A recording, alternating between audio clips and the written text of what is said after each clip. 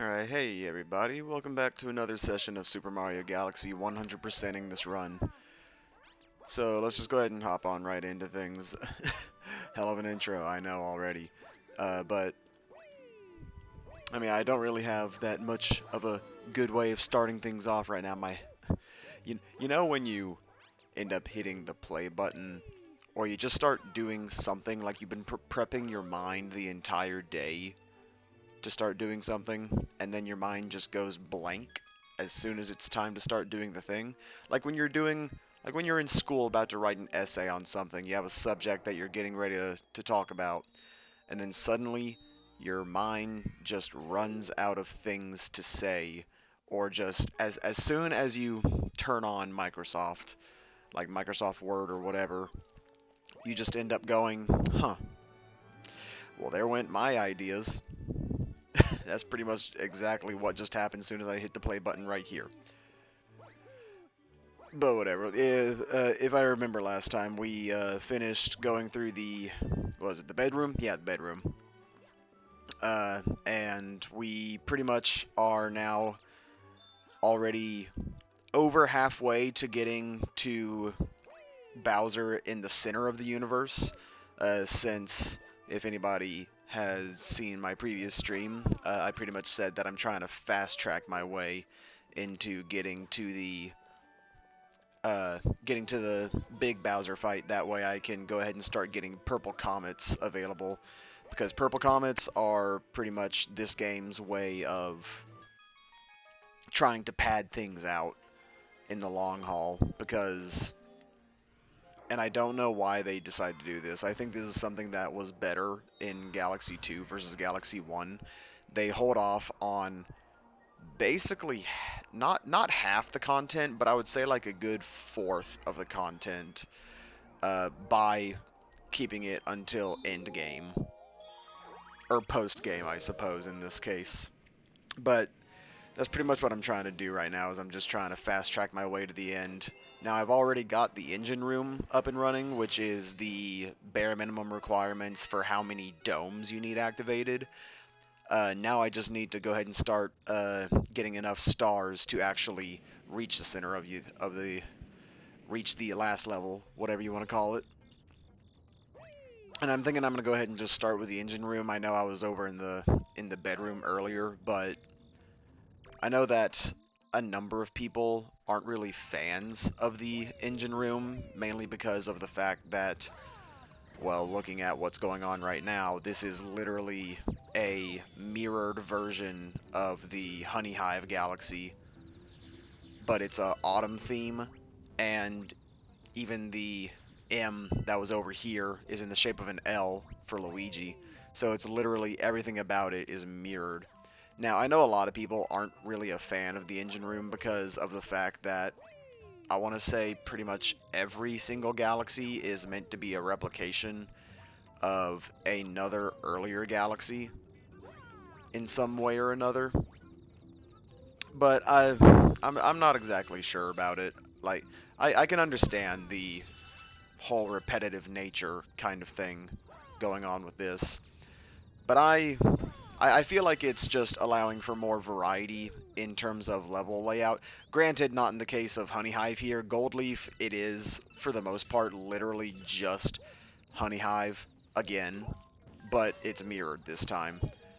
There's different stuff you can do this time in terms of what they're requiring you to do. Like in this case, I have to get blue star chips to progress. But in terms of level format, like, we're on pretty much the same area from the beginning of the game in the Terrace Dome.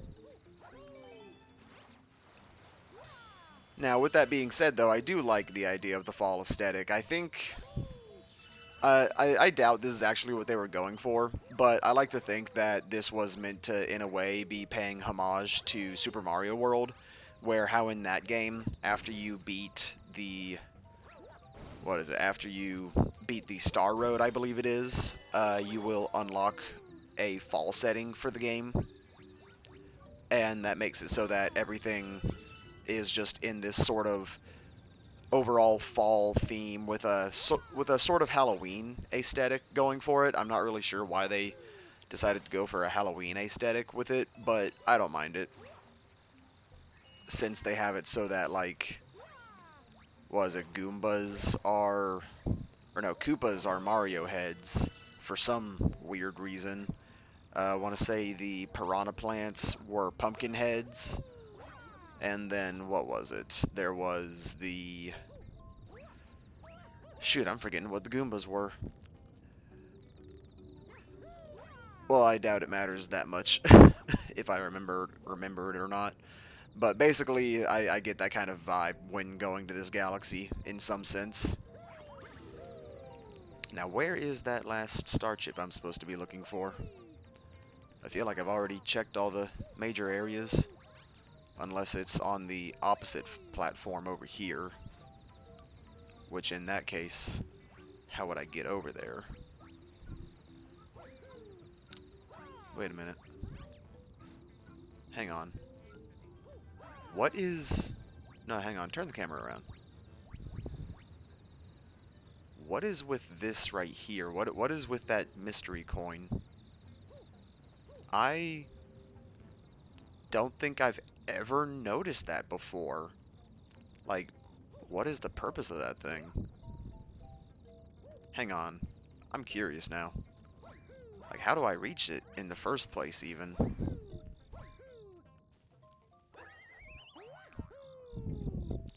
Alright, so that's how I reach the side. Alright, let's see. Let me see if I can get B Mario, and then let me see if I can get that thing down there. I'm probably going to end up dying, but we'll see what happens.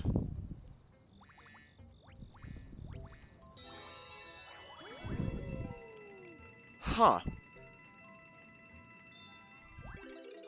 Okay. Interesting. I don't think I've ever known about that. That is... Dang.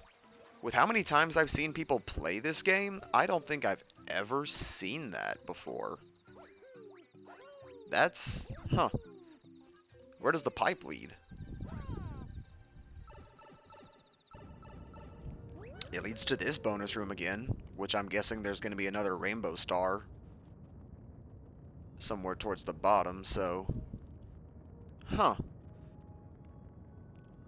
I don't think I've ever seen this before. You learn something new every day, I suppose. That's actually pretty cool. I like when I end up finding stuff that either no one has ever seen before or no one has just ever mentioned. Alright, there we go. For a second I was worried I wasn't going to be able to get to that rock because I was taking way too long. The way that it's formatted is kind of interesting too. Or not necessarily interesting, just different from how it originally was. But with that being done, we can go ahead and just keep on going this way. And I want to say that the last blue star chip, it is somewhere up here, I know that for sure, but I'm just not remembering quite where exactly. Now, I don't understand the purpose of the rabbits here, the star bunnies. I don't understand the context of why these are here, because if this is supposed to be a replication of the Gold Leaf Galaxy, you think it would be just these bee people. Which, do these characters even have official names from Nintendo? I actually have no clue on that. I've never bothered to actually check, but I would imagine that these bees have their own names. Oh, hang on. What does this one say? From that planet? What do you mean by that planet? Are you talking about over there? Huh. Interesting. Very interesting. Anyways, I know that there is actually a secret star right over here, though, that I think I can go ahead and get now. I'm not sure if it's tied to another mission later on or not. I know I saw, yeah, there's a block up there. Let me see if I can... Whoa, whoa, whoa, whoa, whoa, whoa, Mario, Mario, Mario, Mario, Mario. Come on, buddy. Don't do that to me. Anyways, let's see if I can... MacGyver my way over here. Oh, I mean, I can reach the block, but that's as far as I can get, though, it seems. I know that there is a secret star tied to this particular tree right here, so it's probably not until a later level that I can access it. In the meantime, I can just go ahead and keep going with this mission.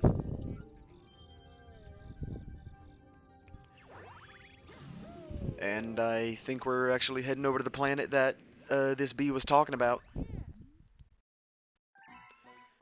Okay, yeah, so it's another one of these missions where we just gotta catch the rabbit. And in this case, I think it's kind of easier in a way. Well, I mean, obviously it's easier, but like the way that it's easier is that you have a number of different ways of reaching him. The easiest way is to activate this switch right here, and that'll bring up all these platforms. Now you can hit those things, those what look like Mario Kart tiles, into the rabbit, as well as you saw me earlier hit it with that plant thing. There's a number of different ways that you can try and hit them. But usually the best way is to just get them in a corner like that, and you're good to go.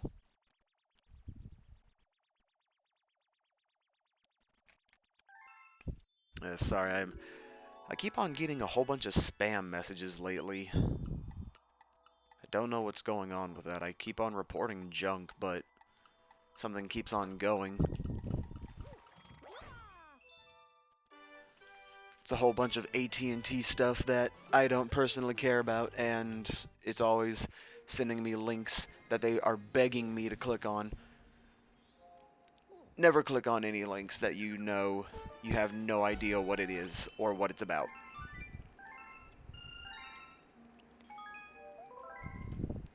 Because that's just begging for stuff to happen.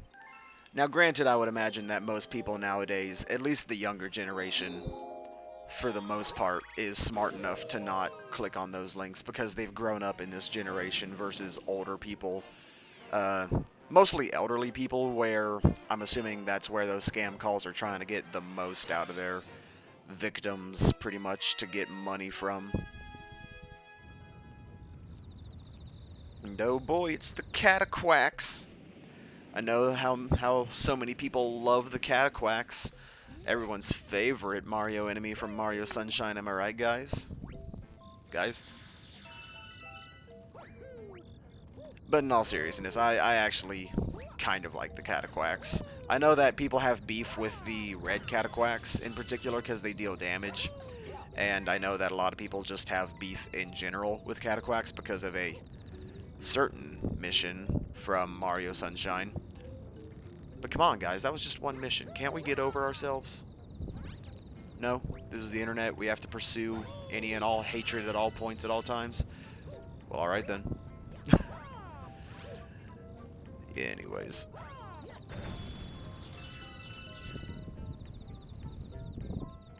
It would have been interesting, though, if for these galaxies that are meant to be sort of essentially not necessarily copy-paste, but variations on their originals. It would have been interesting if they had like different musical variations for each other. That would have actually been pretty neat. Like normally for the regular Honey Hive, it's the typical theme where it's got this sort of country-esque theme to it. Alright, here's the secret mission I was thinking of. So you whack the bell, and I think I'm way too high up. Let's see if I can do it still.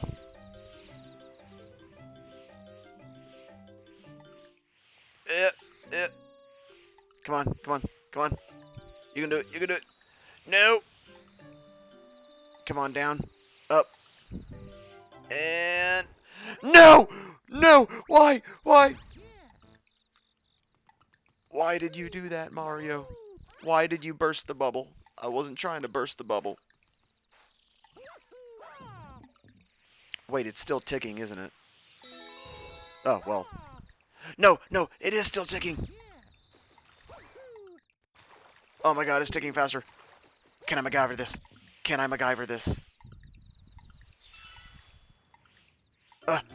Oh my god. They give you a... Dang, they give you a really long time to get that. What the heck? That was way longer than necessary. Granted, I did mess up like 2 times, but still, that was a lot longer than needed. Huh.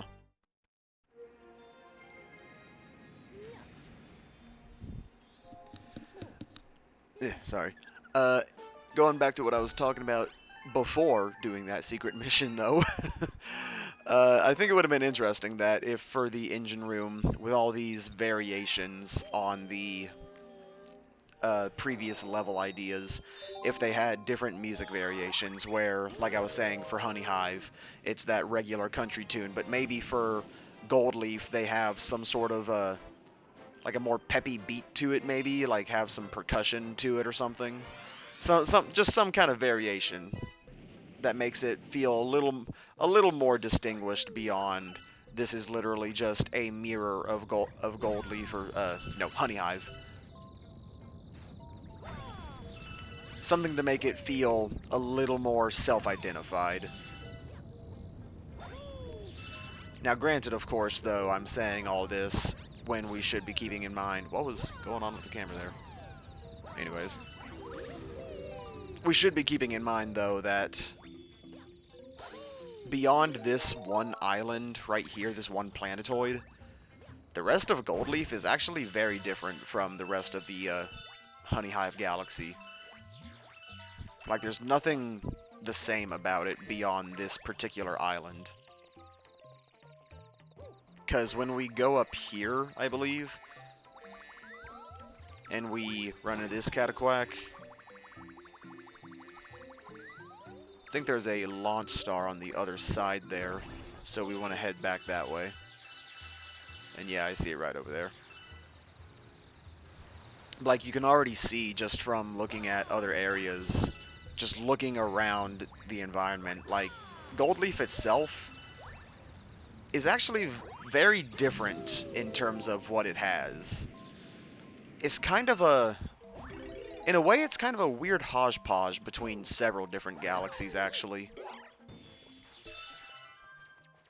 Because up there, like, I know I haven't done the galaxy yet, but once we lure this Cataquack over, you know, assuming that it actually wants to cooperate.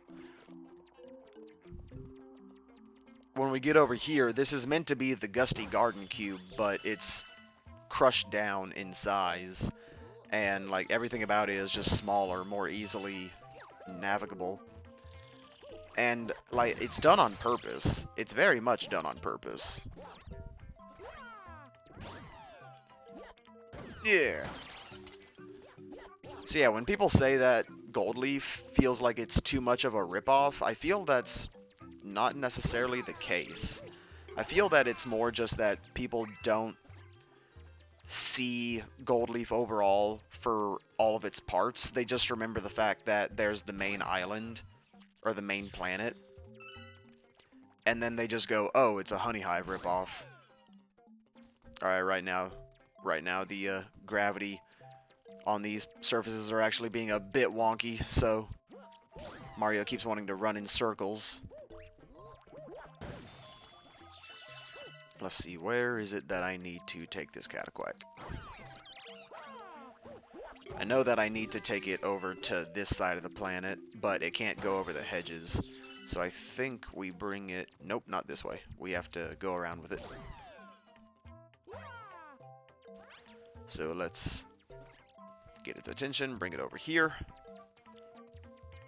And when Mario will want to stop running in circles,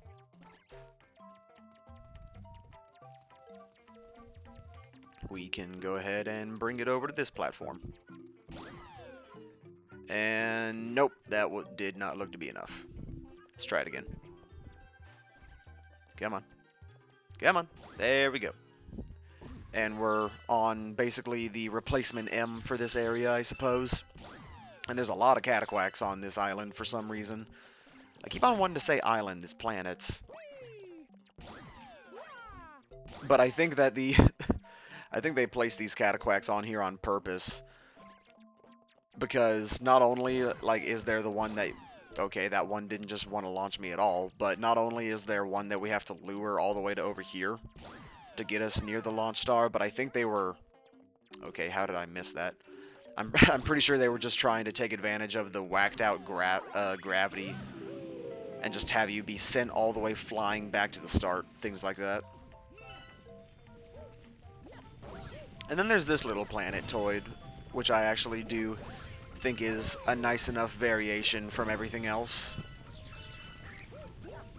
Because, I mean, again, this is just me going back to what I was just talking about with the rest of Gold Leaf versus Honey Hive, is the argument that everyone says, oh, it's just the same galaxy again, but like, aside from the main island, its main planet, I don't know why I keep on wanting to say island, I think I'm just thinking of Sunshine still.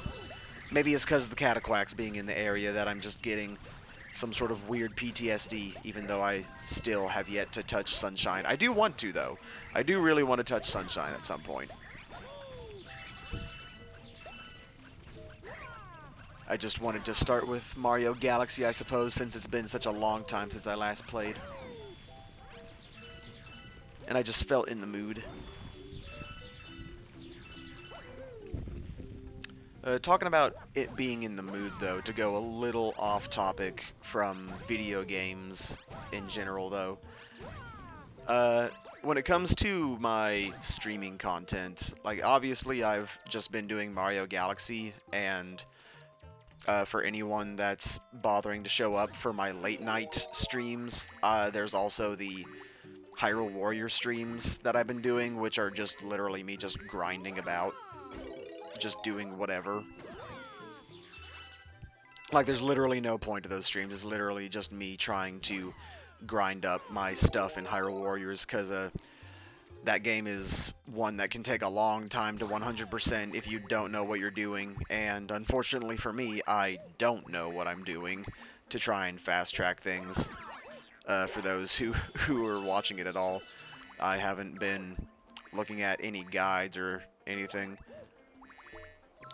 And sorry if you hear anything in the background. I'm hearing car sirens. Sounds like either a fire truck or maybe a police siren. Unfortunately, I live on a road that's just next to the main road of the city that I'm in. And so, unfortunately, this particular city has a lot of car wrecks that can happen, and so I'm almost every day hearing sirens. So if you are hearing sirens at all, I do apologize for that. There's literally nothing I can do about it. Going back to what I was trying to say earlier, though, in terms of other content that I want to try and do, I have an idea in mind for something that I want to do, because if you actually take a moment, like here, if I fiddle around with my stuff real quick on OBS, because I am using OBS, you'll see that I have this background here. And it's a pretty nice looking background, I would hope. I hope that you guys think it's nice looking anyways. But that background is one that I made myself using what's essentially a rip-off version of Photoshop, but it's free. It's a software called GIMP. And for anyone in the art industry that wants an idea of what exactly GIMP is supposed to be, for 3D artists, think of it as the equivalent of Blender, but for 2D software. Specifically for image editing softwares like Photoshop, where it basically has all these functions and features that something like Photoshop would have, but you have free access to it. And another example software I could use, I suppose, is Photopia, I think it's called. It's something that my friend mentioned before. I think that's what it's called.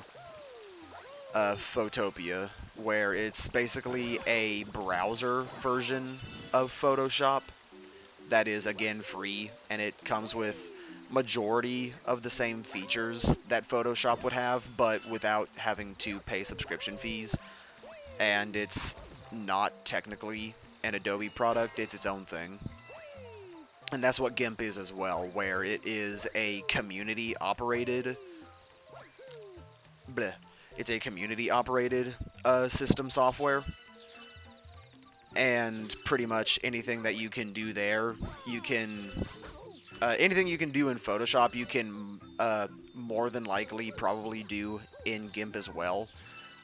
Maybe not necessarily everything. And am I really about to die to this piranha plant? There we go. But for the most part, it is capable of doing. I would say at least 80% of the same stuff that Photoshop is capable of. But again, it comes with the benefit of being free. Now, the downside to that is that uh, while it is free, it doesn't get updates the same way that something like Photoshop would, where if there's problems that are becoming very prominent in a particular version, Photoshop or Adobe will try and get it fixed as soon as possible and send out an update for anyone that's subscribed to it, because one of the benefits of Adobe Photoshop, or just Adobe products in general, because of their whole subscription-based thing, is that you can get access to any and all updated versions of the software for free with your subscriptions. Granted, by those means, that technically doesn't mean it's free, because you have to pay money monthly to get those updates.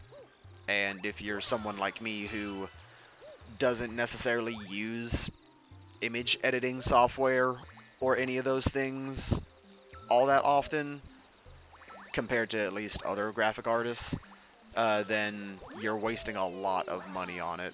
So I use things like GIMP, or to actually get back on topic with what I was about to be talking about earlier, Blender, the 3D modeling software that is getting more and more popular by the day with any and all 3D artists, because it is a very powerful 3D modeling tool that is capable of not just modeling, but also a lot of other things that other 3D softwares are capable of doing. But Blender, the difference, yes, excuse me, the difference between Blender versus anything like, well, the most prominent example is Autodesk software, where they have Maya and 3ds Max.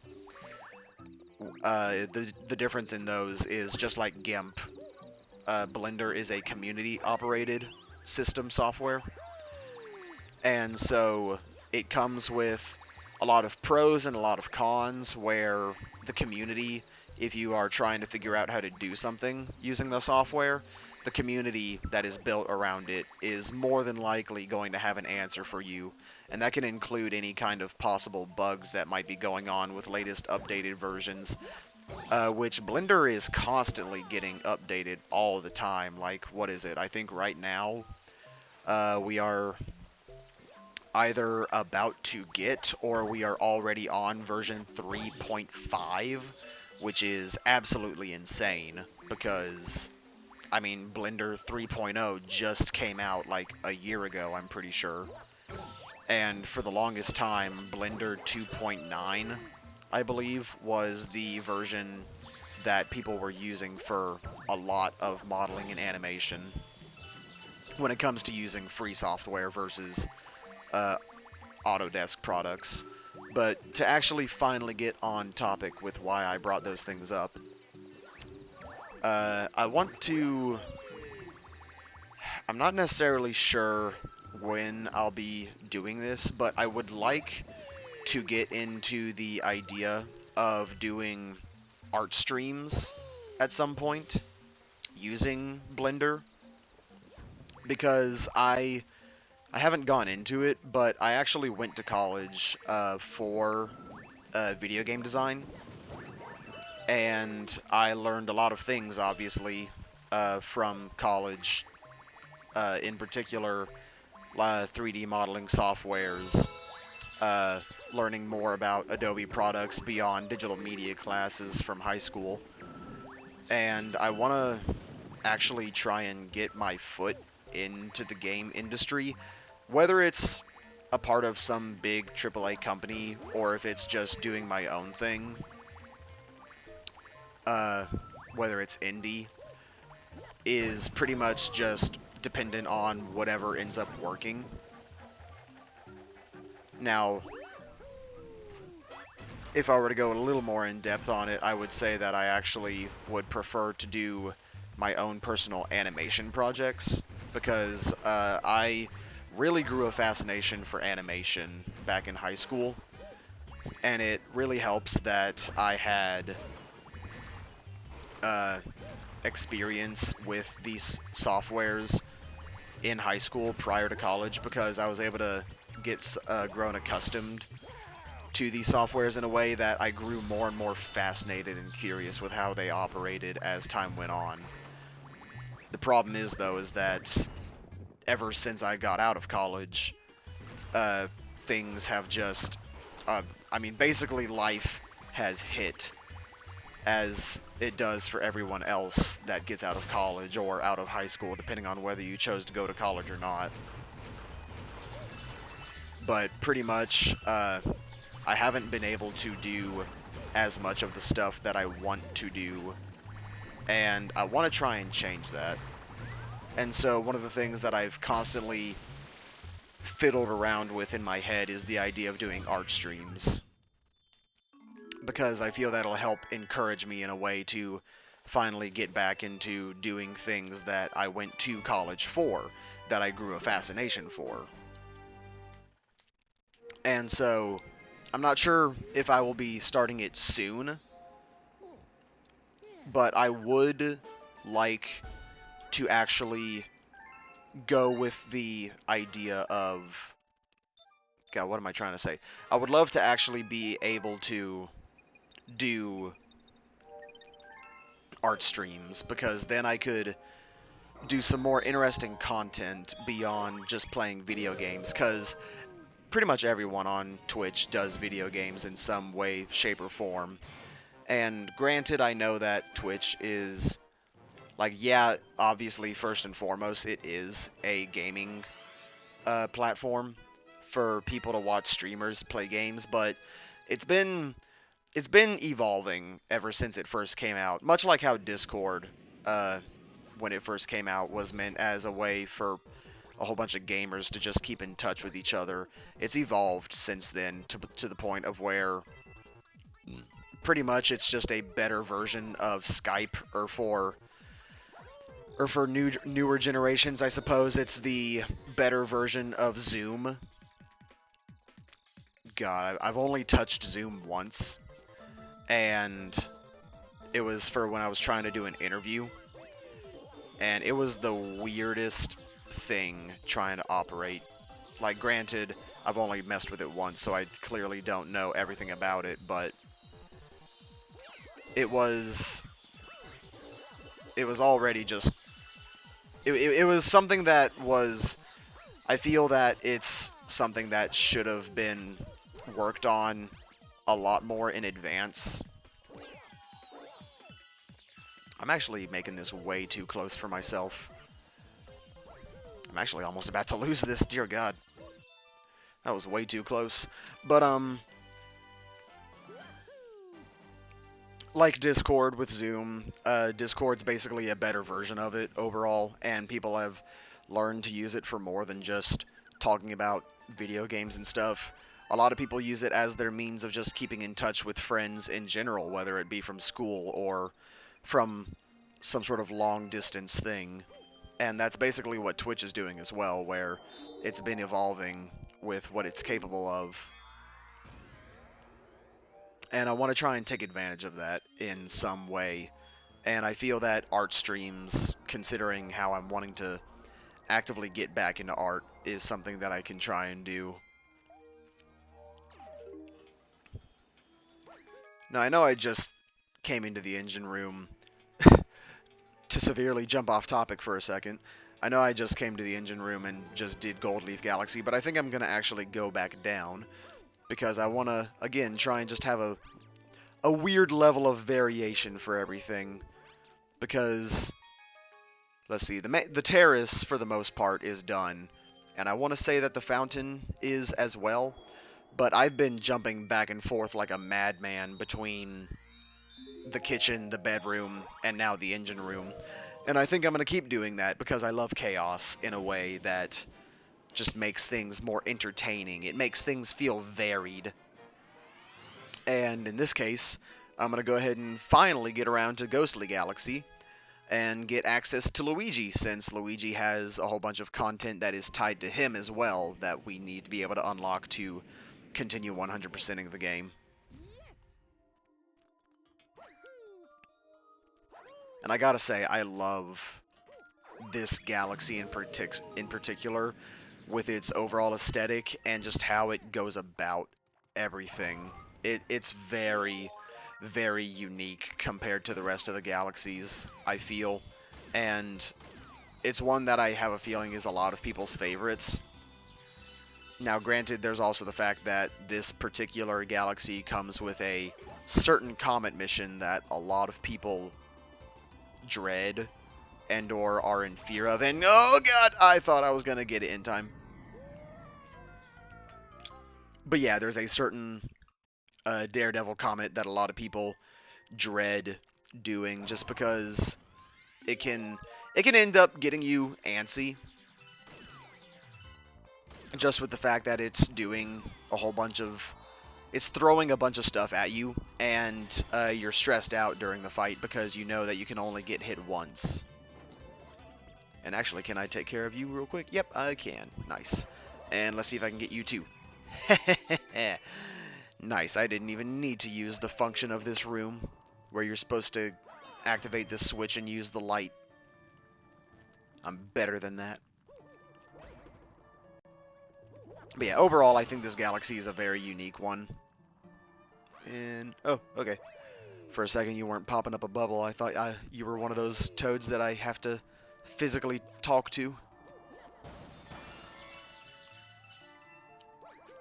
But yeah, beyond the theme, the setting of this level, I also really enjoy the music.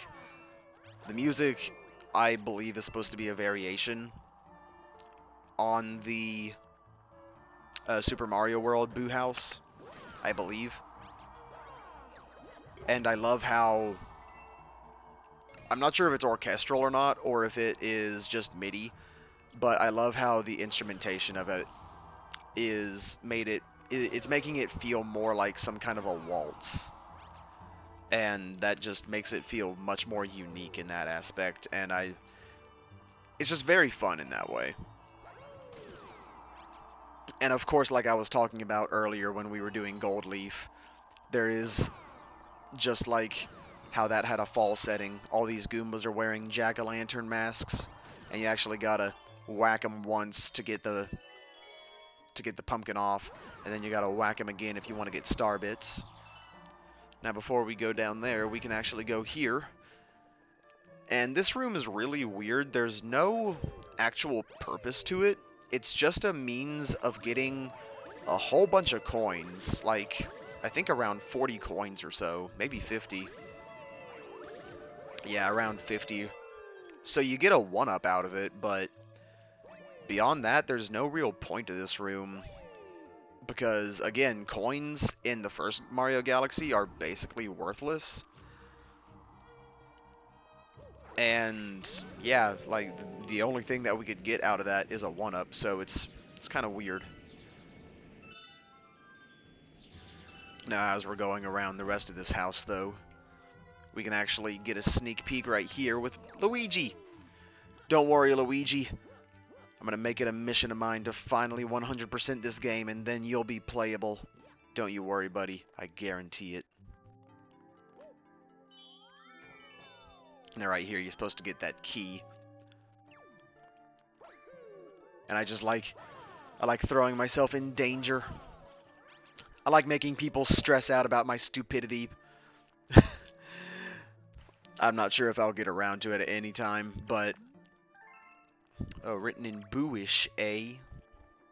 Well, alright then, I know what's happening. We're about to get our new power-up. With Boo Mario, and before I get into Boo Mario, I'll go ahead and finish what I was trying to say a second ago.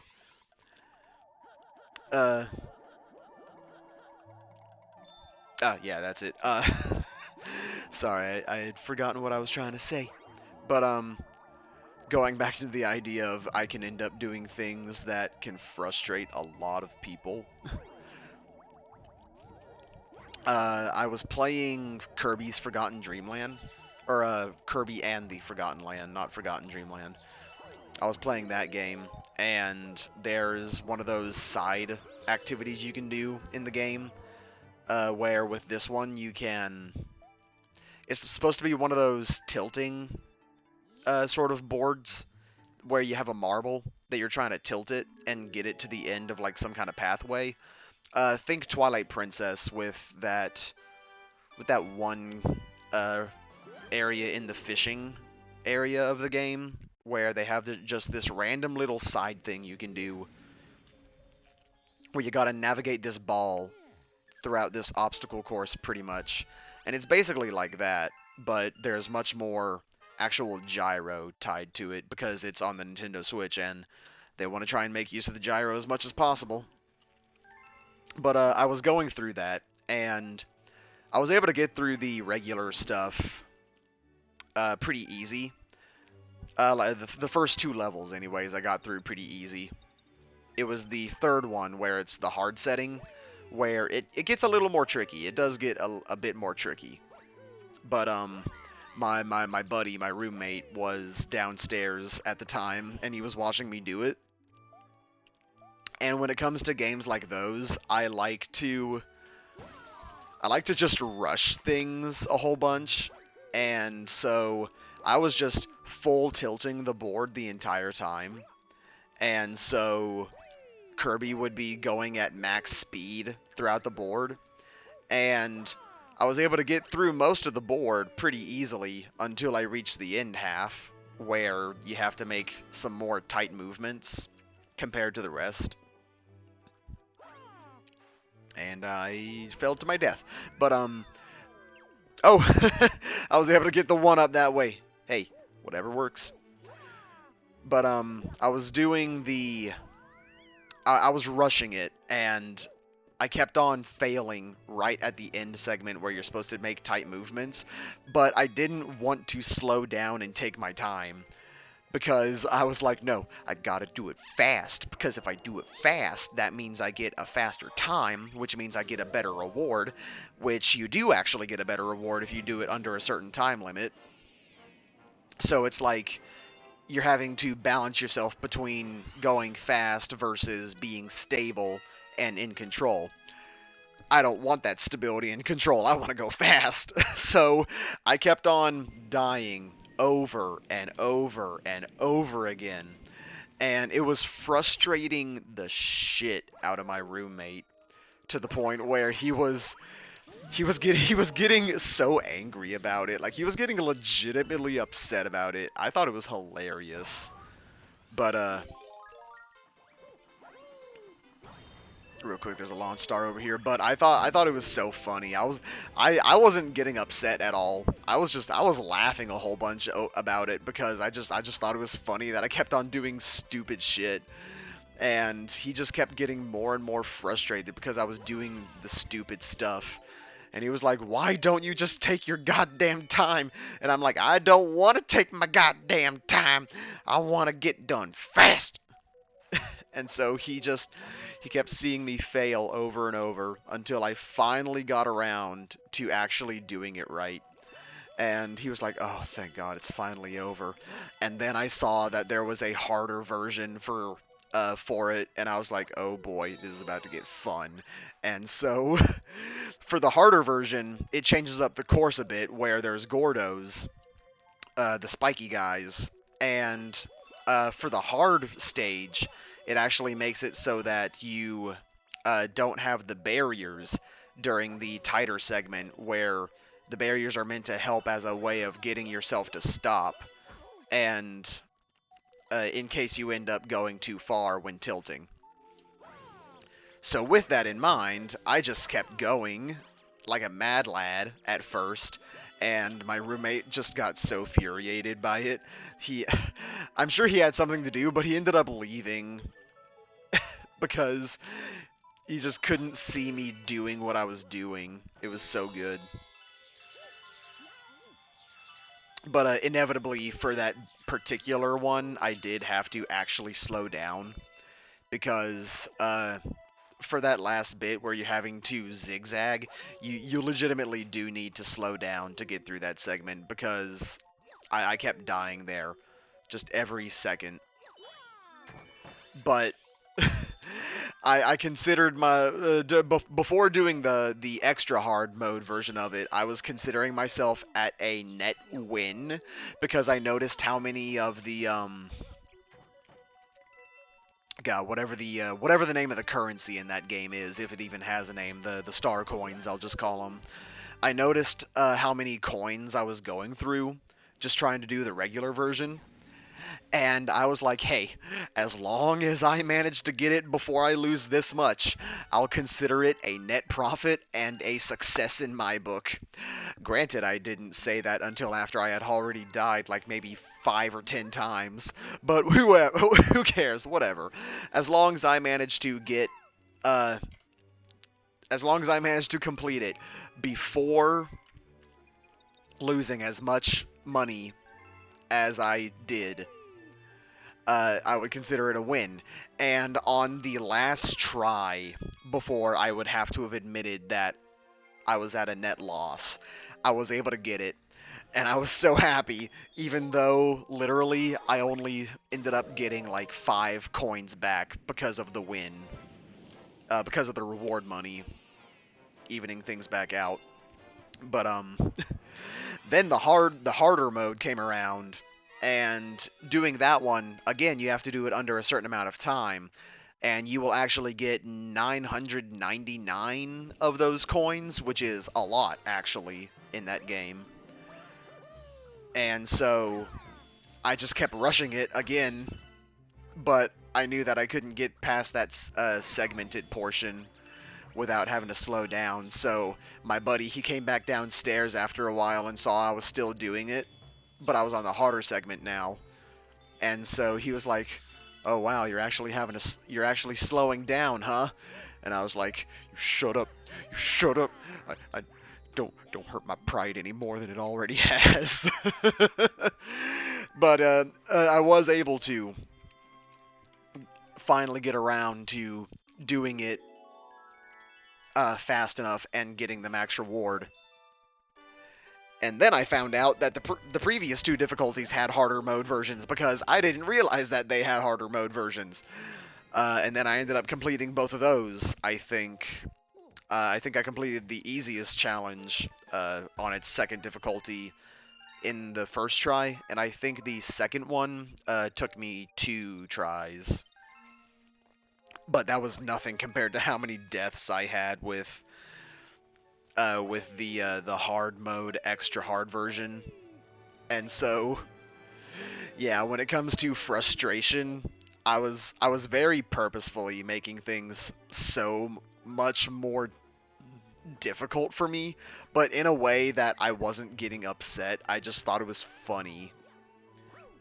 So anybody that ends up watching these, if you ever see me doing a challenge and you see me being reckless as hell and constantly dying, get used to it because I think it's funny. And it's just funny seeing these dumb failures that keep happening because I want to do things so fast. But I mean, as a result, I end up wasting more time than if I were to just be careful about it. And so it gets on people's nerves. And I'm like, hey, I don't care. I'm having fun. If you're getting upset about it, that sounds like a you problem. And yeah, it's just a whole bunch of good fun for me.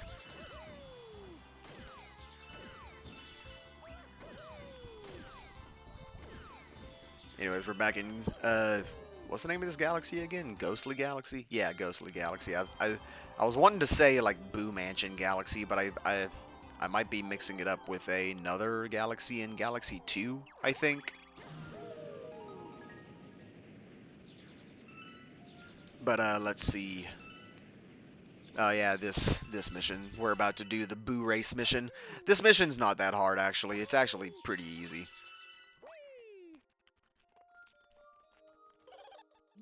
Both of these races are not that hard in my opinion.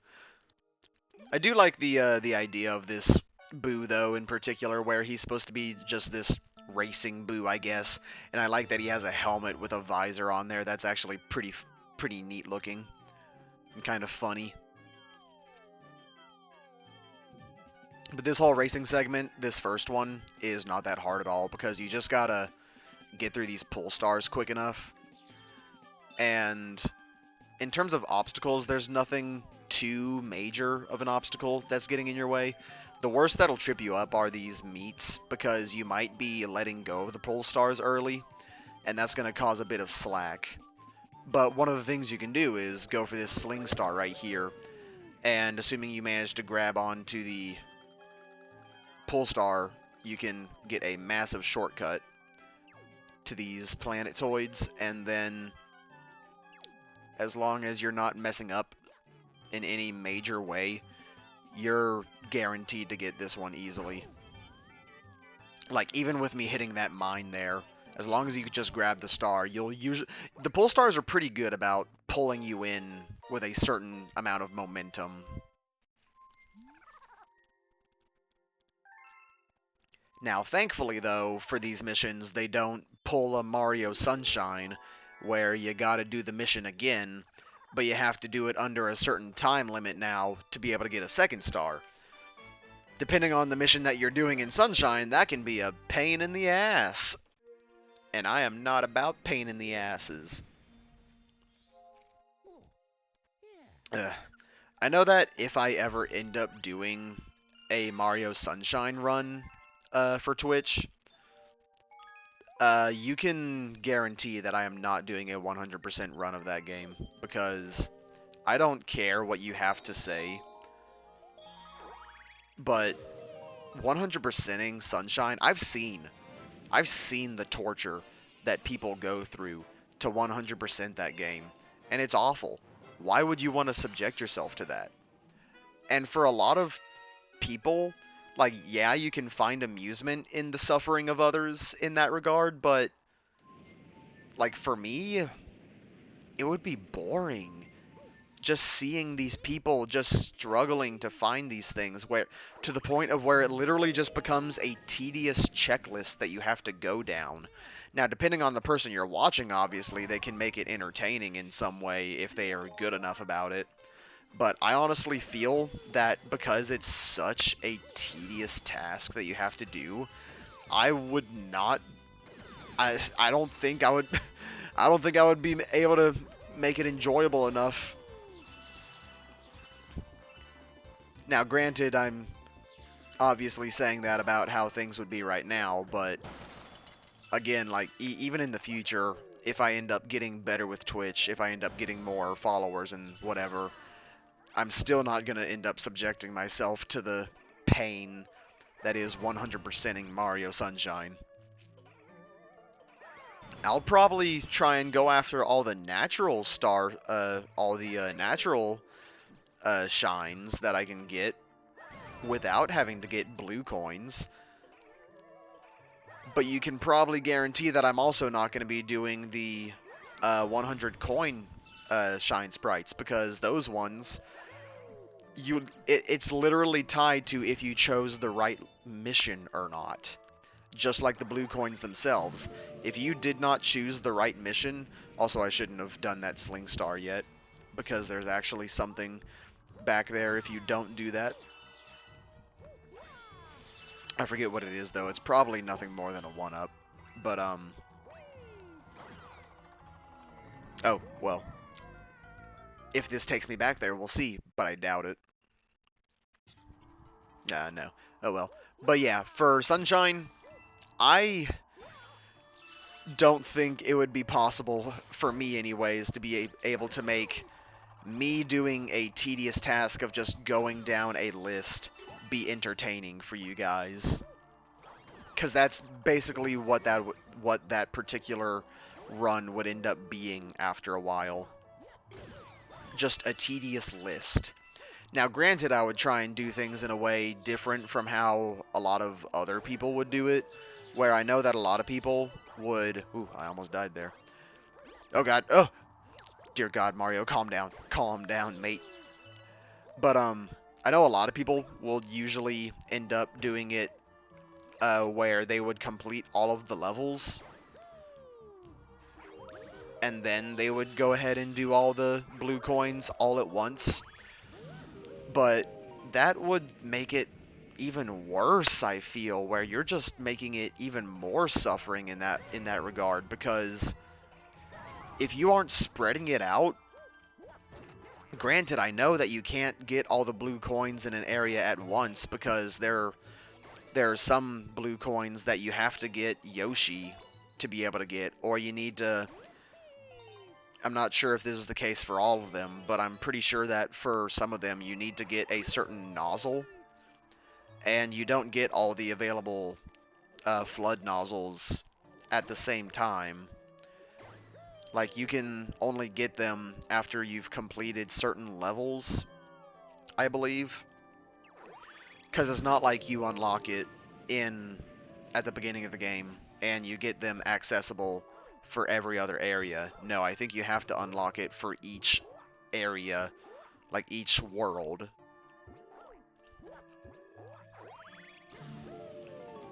But, like, if I were to, for some reason, choose to do a 100% run of Sunshine, I would try and better space out the blue coins, just so I'm not driving myself to the brink of insanity over it. Anyways, it's time for us to go ahead and do this boss fight, and this is the boss fight I was talking about earlier, where the Daredevil challenge can get a lot of people nervous, because you only have one hit, and you're screwed, pretty much. You have to start over. And this particular fight, I won't lie, it actually is fairly challenging if you aren't being careful and paying attention about things, because this is Bouldergeist, and his whole thing is that he basically has, first off, he has these rocks that he throws down, and you have to be pretty much constantly moving, because if you aren't constantly moving, then they are going to hit you. Like, I almost just got hit there, and if this were a Daredevil run, I'd be screwed. But, there's also the fact that once I can go ahead and get him broken down here, once we do this, and we take care of him in this particular phase, you'll see that if I can actually hit him. Come on. Let me hit you. There we go. You'll see that he actually has a second phase as well that is actually a bit more difficult, where now he spawns hands. Nintendo's basically favorite boss fight, am I right? Head and two hands. But for this fight now, there's also the it's now more challenging because of the fact that you not only have to dodge the boulders as well as the things that are spawned, but you also have to be careful about the hands themselves. Because first off, the hands, you don't have, these are not required to get to the main center body, and I just got hit there, but that was mainly because I just wasn't paying attention. But the hands are not required to get to the center of the body, so that can end up being a bit of a pain when you're trying to get to him alone. But there's also just the fact that if you're not paying careful attention, you can end up running into the hands, or the hands will end up hitting you. And it can be a frustrating boss fight if you are not being careful, taking your time, and just taking things into consideration. Now, of course, now that I've said that, though, let's see if the Daredevil Comet is available.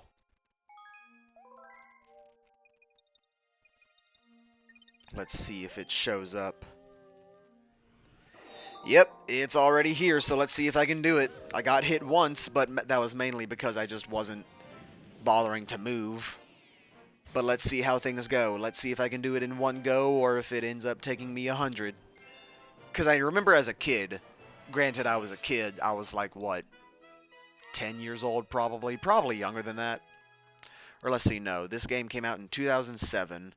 I probably didn't get it until 2008. So I was either 9 or 10. And at that age, while I would like to say that I was a smarter kid, when it came to reaction times, I definitely was not the best. But now, as an aged adult, I would like to hope that I am better about my reaction times. And one of the things that I am wondering about, because anytime that I ever am watching a live stream or just any video commentaries about people playing games, whenever I see them doing something, I'm always like, God, why are they having such a hard time about it? This should not be that much of a challenge for them. But now, of course, I'm saying this, and I'm trying to do it myself while talking live to an audience. And so, we're going to go ahead and see if there is actually some reasoning behind it or not. I've already gotten through the first phase, and we're fine, so let's see if I am going to be proven wrong or not in this next phase.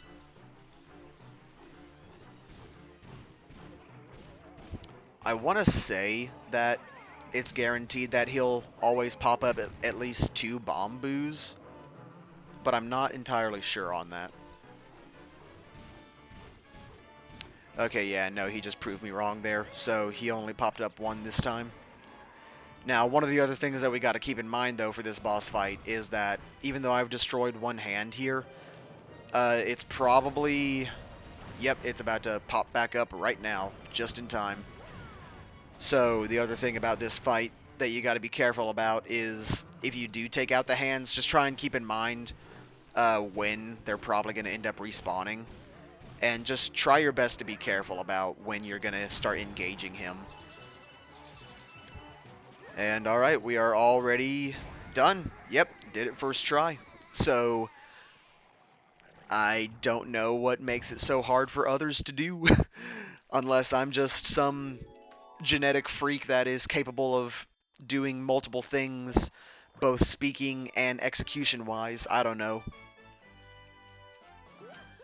I know more recently I was starting to wonder if I have some sort of mental condition that makes me different in a way where I don't want to point out any particular ones, because obviously I don't want to end up saying that I'm something when in reality I'm not. Now, how do I unlock this one? I think I am going to have to end up doing this galaxy as well to unlock it. But, yeah, I don't want to point out any particular mental condition. Or, I shouldn't even label it as mental condition, just... I'm not even sure how I would phrase it, but anyways... I don't want to particularly point out any particular one and say I might be this, because I could easily be misidentifying, and that would end up making me just horribly misassume other people in that regard, and I don't want to be that guy.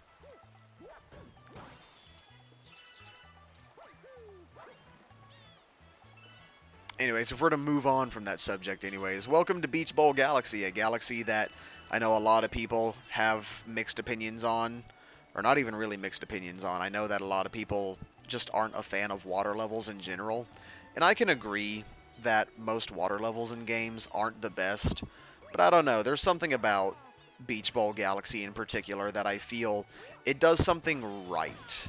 It does something different and better compared to most other water levels that makes it feel like it's not necessarily a hassle. Now, this is interesting. I could have sworn that the other mission that happens in this level was going to be the first mission, but I guess I was wrong. But yeah, no, I don't particularly hate Beach Bowl Galaxy. I don't really have any kind of hate for any of the underwater levels in the Galaxy games, at least. I know that for some of the other 3D Mario games, like Odyssey in particular, assuming that you don't have the cheap capture that lets you swim in water better, I know that, personally speaking, I think that swimming in Mario Odyssey is not the most, I wouldn't say not very intuitive, because it is very, it's not bad controlling at all. It's, in a lot of ways, it's based on the Mario 3D World swimming mechanics. But for Mario Galaxy, I feel like it's better executed, where steering and just overall swimming movement is not that hard to execute. Like, you can tilt the controller to determine where you're facing, and then you just press the button, you press the jump button, and you just start continuously swimming in that direction. And then there's the fact of the spinning that you can do as well, where you can, both as Mario and Luigi, just mash the spin button, and you'll start flying all over the place pretty quickly. And you still have generally good control over where you're going to end up facing. It's just a matter of if you're paying attention to what you're doing, that's going to determine how well in control you're going to be. So yeah, in my personal opinion, that was weird.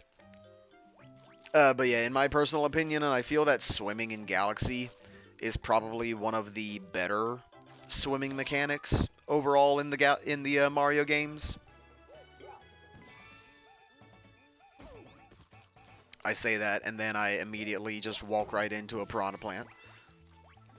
But yeah, no, legitimately though, I think that for Mario Galaxy, it's probably one of the better swimming mechanics for most games in general, I would say. Now, normally they want you to run around and go that way, but you can easily just do a backflip here, and it's easy as that. And normally they would want you to slam down this button as well. But based on that penguin's hint, we can use wall jumps, and if we are smart about it... Let's see. Oh wait, can you not actually wall jump off this? I thought you could. I thought you could wall jump off this particular platform. Huh. Well, I know what I'm gonna do anyways, because I refuse to give in to the wall jump. There we go, you can just triple jump up here, and it's easy as that. I could have sworn you could wall jump on that surface. Maybe it's too curved or something? I don't know.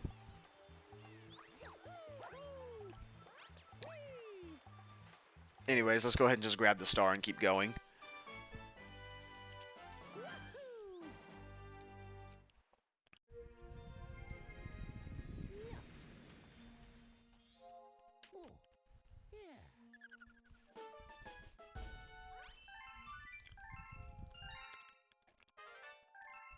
And yep, that looks like that was how we get the... Oh, and we got the Hungry Luma as well. Looks like that's how we get the next area. So let's go ahead and check it out, actually. Because if this is the one I'm thinking of, yep, Buoy Base. This is one of the... I want to say it's one of the only side galaxies, if not the only side galaxy, that actually has two different stars attached to it. Because normally all these side galaxies only have one. But for this particular one, they decided to give it two for some reason. Now I'm going to be quiet for a second, because this song, oh my god, it's so good.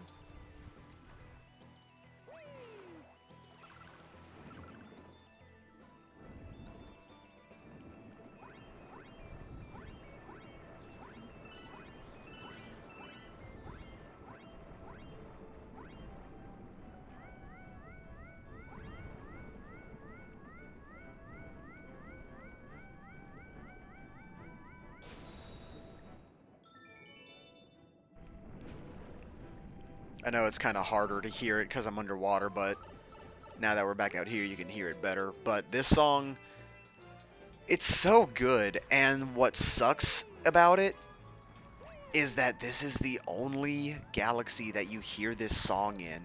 It's absurd. I don't get why they only make it so that this song is just for this galaxy. They should have made this be for other galaxies as well. Now let's real quick not get killed.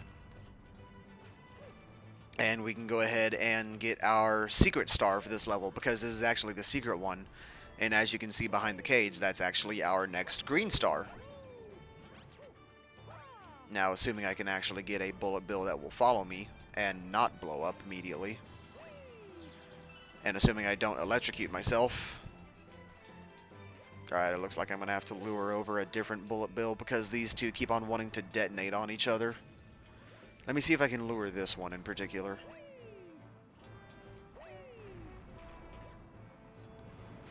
Ah, crap. I touched the water. And unfortunately, when you touch the water, you can't just swim back out from it. You have to find the pipe that you were at, which should be over here. I do like the suction effect that they got going on with this pipe. It's the only time you see the suction effect in this game as well. Just a neat little tidbit that not a lot of people know about. Mario. I was moving the control stick there in a different direction, but Mario kept wanting to move in that direction only, and I don't know why he wanted to do that. Let's try this one more time, and hopefully Mario will actually want to cooperate with me. It's not something with my Joy-Con, is it? Oh my god. I'm hoping it's not something to do with my Joy-Con controller, because there shouldn't be any kind of drift going on with these ones. I would hope not anyways.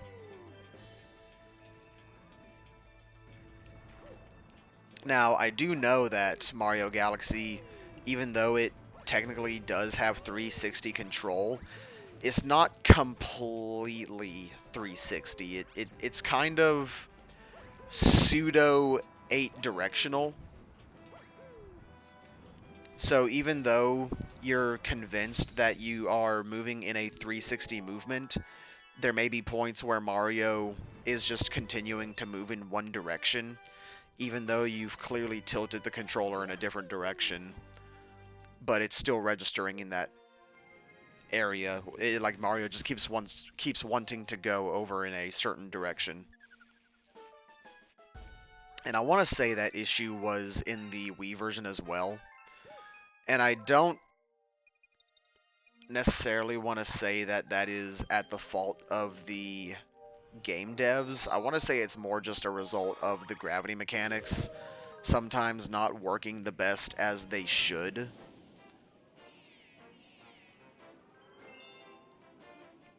But either way, we got ahead. We got that green star, so we can go ahead and just keep going now and do the actual mission.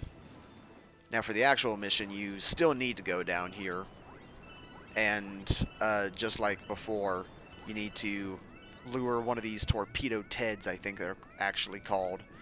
I don't know if these things have an official name, but I know that a lot of people just refer to them as torpedo Teds. But either way, you need to lure this one to this counterweight that's being caged up. And then, once the counterweight is destroyed, it'll lift up this whole platform, and then you can go about the rest of the level. Now, what's really weird, though, is what is the point of these honeycomb things? These weird-looking honeycomb platforms. Because, like, yeah, there's this you can do right here and get these star bits. And then you can hop on these to walk across, but it's just kind of weird. I don't know. Maybe it's just something that they did to just try and make things seem a little more varied, I guess.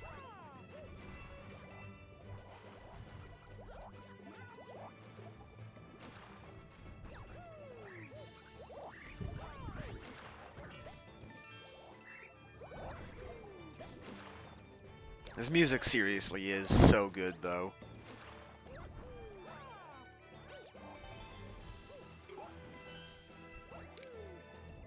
Feels like you are just raiding some kind of base or something. And it has a neat little sort of sci-fi tune to it as well. Now I know when we spin this down, we end up getting this guy, but I don't think he's needed. Because, like, obviously you can... Or I thought you could. Am I just learning that there are a whole bunch of walls that you can't actually wall jump off of, or am I just crazy? Because I was trying to wall jump off that, and normally you can do a backwards somersault into a wall jump. And I'm pretty sure you can do it off this one. No? What the heck? I could have sworn that there were more areas that you could backwards jump off of and wall jump from. Or am I just crazy? I don't know. Either way, we are actually supposed to go to the end of this particular platform to be able to get up to the next one. And we're supposed to collect these star chips. I don't know, though, if these are required. I want to say they probably are, because I know that at the top here there's this spring guy. And let's see, I want to say the last one is up there. Yeah. This is the only spring of its type, I think. I don't think we ever see this particular spring type ever throughout the rest of the game. It releases a bunch of these mini top men from Battle Rock. It's kind of interesting. It is interesting to see what kind of things Nintendo ended up making versus not, or I should say what they ended up making, but then never did anything more with when it comes to these games. Now, a neat little detail here, though, is that this is a giant Pokeball.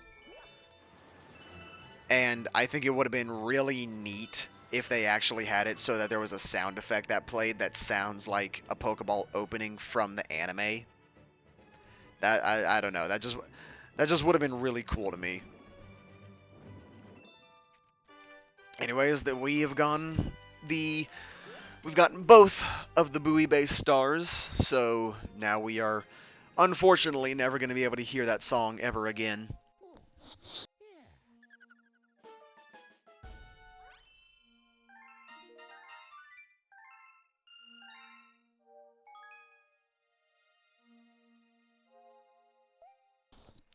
Sorry, I was getting a sip of water there. And speaking of water, how about we go ahead and head back to the water level Beach Ball Galaxy. And yeah, we can go ahead and finish the 2 missions here, I suppose. Now, unfortunately, I am noticing because we still haven't reached 60 stars. We're getting there, but we still haven't reached 60 stars. I noticed that we are not going to be able to get as much variation as I would like because we still have 10 stars left that we need to get, but there's a problem. A lot of the stars for the galaxies that I've been going to, I've already collected all the main stars for those areas.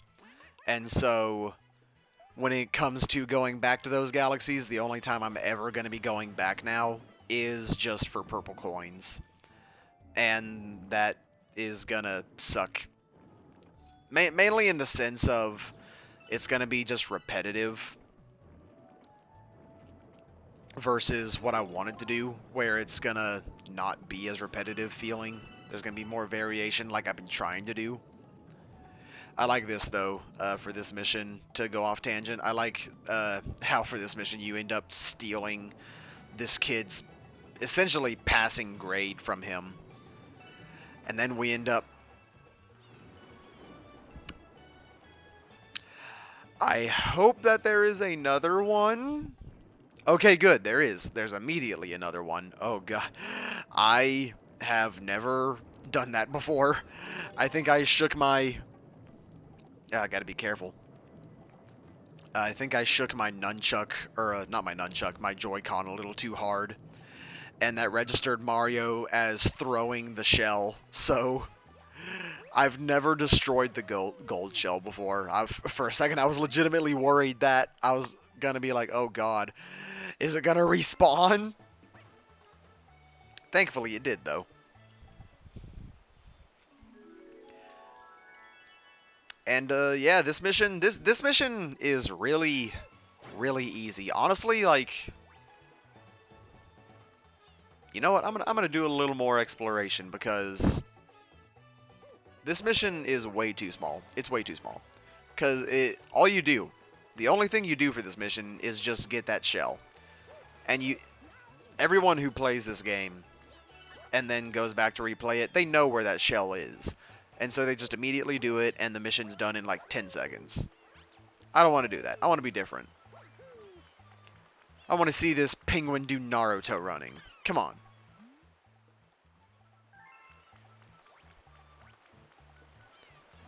Huh. I guess they wanted you to, based on what that penguin was saying, I guess they wanted you to talk to the penguins more to get an idea on where to find the shell.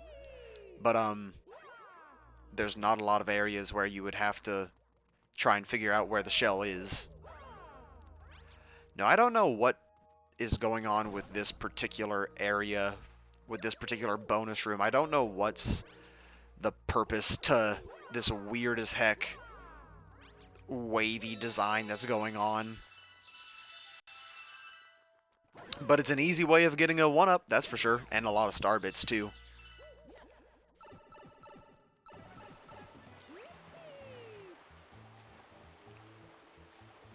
But alright, let's go ahead and I'm going to see about getting that 1-up that I saw on that one rock. If Mario can get up out of this water. Because I know that if I launch myself on this and then I swing all the way over, booyah, I get the 1-up nice and easy. It's honestly crazy how many lives you can rack up in this game just so quickly from picking up star bits. Assuming you're doing what I'm doing anyways and going a little bit out of your way to pick up star bits. Because I just started this session, what, almost an hour and a half ago now. And I only had the 9 lives that they give you at the beginning of the game. Because they give you, what, 5 lives? Or 4 lives to start with. And then you talk to the male toad, and then you get the the other 5 lives from Princess Peach. I wonder how she keeps getting those. It's interesting how she keeps managing to grab those. Anyways, we're about to do the last mission for Beach Bowl, and I will say that this particular one is probably a least favorite of mine, but there's a reason behind that I'll get into in just a second. In the meantime, though, we can just do what we normally got to do. We got to find a shell, which luckily there's one right here. And if we actually go for this chest, we can get a 1-up. But I believe that there is somewhere in this particular level, and I want to say it might be over here. Gonna real quick brake, because I like this. I like how there's brake lights on this thing. Come on, rotate camera. Rotate for me. You can kill these things, and you can actually get a 1-up from this one, but I'm pretty sure that's somewhere over here on this side of the map. I'm not sure if it's from killing the eels or if it's just somewhere lying around. I'm pretty sure there is a red shell somewhere, and the red shell in the Galaxy games actually makes you move underwater faster than the green shell. Actually, it might be in this chest right here. No, it's just... Why did they have an air bubble in a chest? That was very pointless. Oh, sorry if you just heard that. I think my virus protection just went off. Thank you, Malwarebytes, for letting me know I don't have any viruses.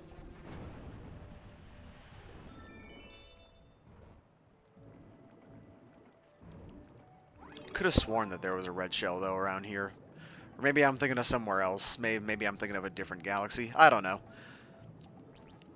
But either way, you go in here, and I like this little bit. Even though there's not much detail to it, I do like how there's basically this hidden cove inside Beach Bowl. and like there's a bat in here, and like it's just a little off area away from everything else. It's a neat little detail. It's stuff that obviously, again, there's not much detail here, but it's one of those things where, in terms of just basic world development, I like little stuff that just makes an area feel like there's more to it than just what there is. I would have liked it if there were more things inside this particular cove that made it feel different, but I do think that there's going to be a galaxy later on that'll make up for it. But to get back on track with this galaxy, though, this is the area that I do not much care for. It's not a hard challenge at all, it's just that I don't know why they made this decision, but for Galaxy 2, they decided to bring this galaxy back, but they also decided to make it so that it has the elements of the comet that's going to end up popping up later for this game, the Speedy Comet. In fact, I think this is one of the only galaxies that makes use of the Speedy Comet, but it ends up making all of these... What are these things even called? I think they're called Tox Boxes in Mario 64. But it makes it so that all of these ones are moving faster. And it can be challenging. It can be frantic if you're not paying attention well enough. But I just don't like how for Galaxy 2 they make an entire galaxy literally just this section. And it's the sped up Speedy Foe Comet section. I felt like that was a bit lazy on Nintendo's part. But that's just my opinion, I suppose. I don't know if there are people that like this particular challenge. For some, it might be their favorite moment in the first Galaxy game. I don't know. Now, talking about a Speedy Foe Comet, though, let's see if that has popped up. So I can just go ahead and do it now. And yep, it's available.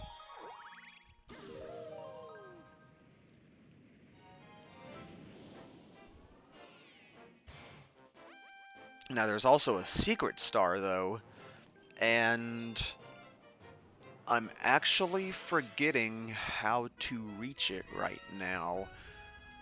It's honestly surprising how much stuff I've been actually forgetting is capable of being done in this game, or like what you have to do to be able to do certain things in this game, because I like to watch a lot of playthroughs on YouTube from like certain commentators,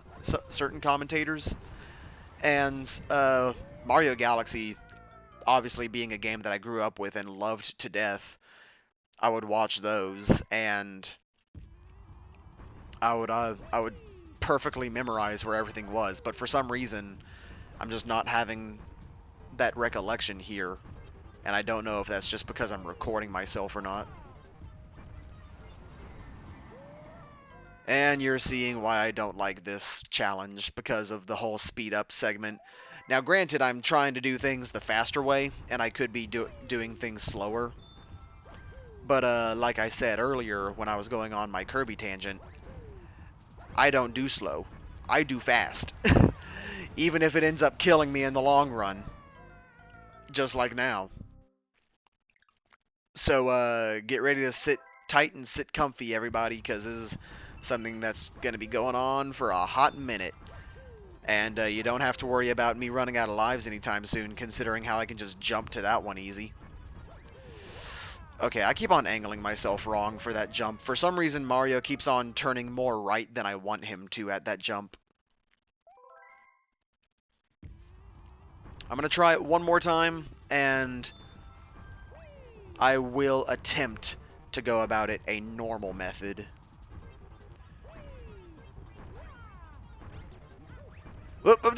There we go. Safely made it. And I want to try and get on here to do it this way, because then I can avoid the Tox Box catching up to me on the way around.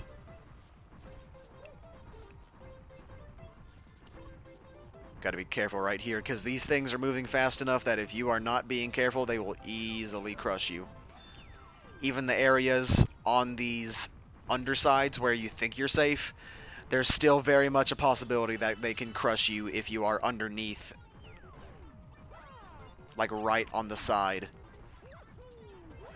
Oh god, oh god, oh god. Oh dear lord, how did I survive that? I should not have survived that.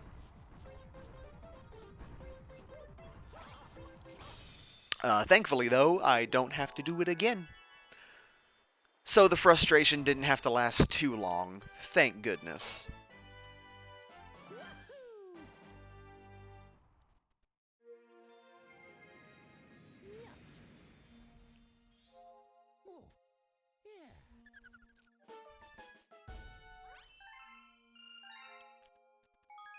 I'm looking over at my recording software right now. I'm using OBS, and I'm recording through through an Elgato. But I'm looking at my recording right now versus what's happening on my screen, and I'm seeing it looks like there's some kind of dropped frames going on. But I'm looking at OBS, and it's saying that there's no dropped frames, so I don't know what's going on there. I don't know if that's something that's going to be showing up in when I re-upload this on YouTube or not, but if that's going on in the recording, sorry, I don't really know what's going on.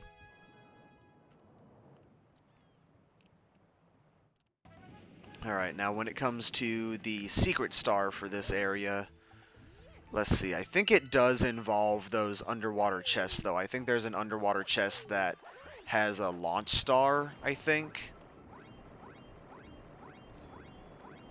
Just need to find it, I'm pretty sure.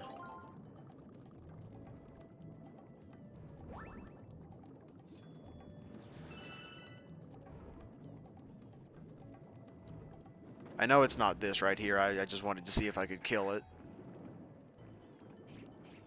I ended up missing those, so I guess... Oh well. I can't believe I actually am straight up forgetting where the secret star is for this mission, though. Because I would think it's inside one of these chests, but apparently not, because these are the only two chests that I know. I know that has a 1-up. Is it somewhere back on top, perhaps?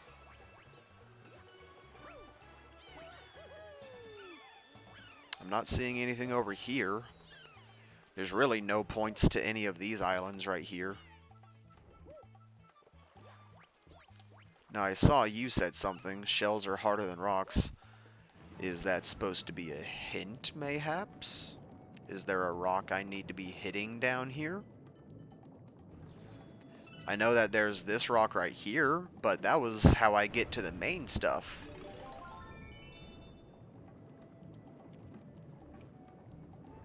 Is there perhaps another rock that I need to hit somewhere?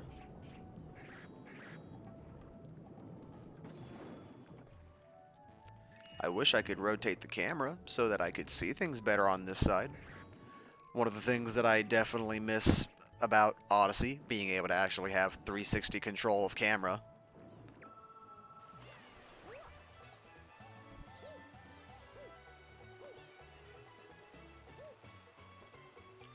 Ah, I think this is it. I think this is what I gotta get. I need to get a shell to hit this chest. So let me go ahead and get another shell. Hey there, fella. Mind giving me yours? Nothing personnel, kid.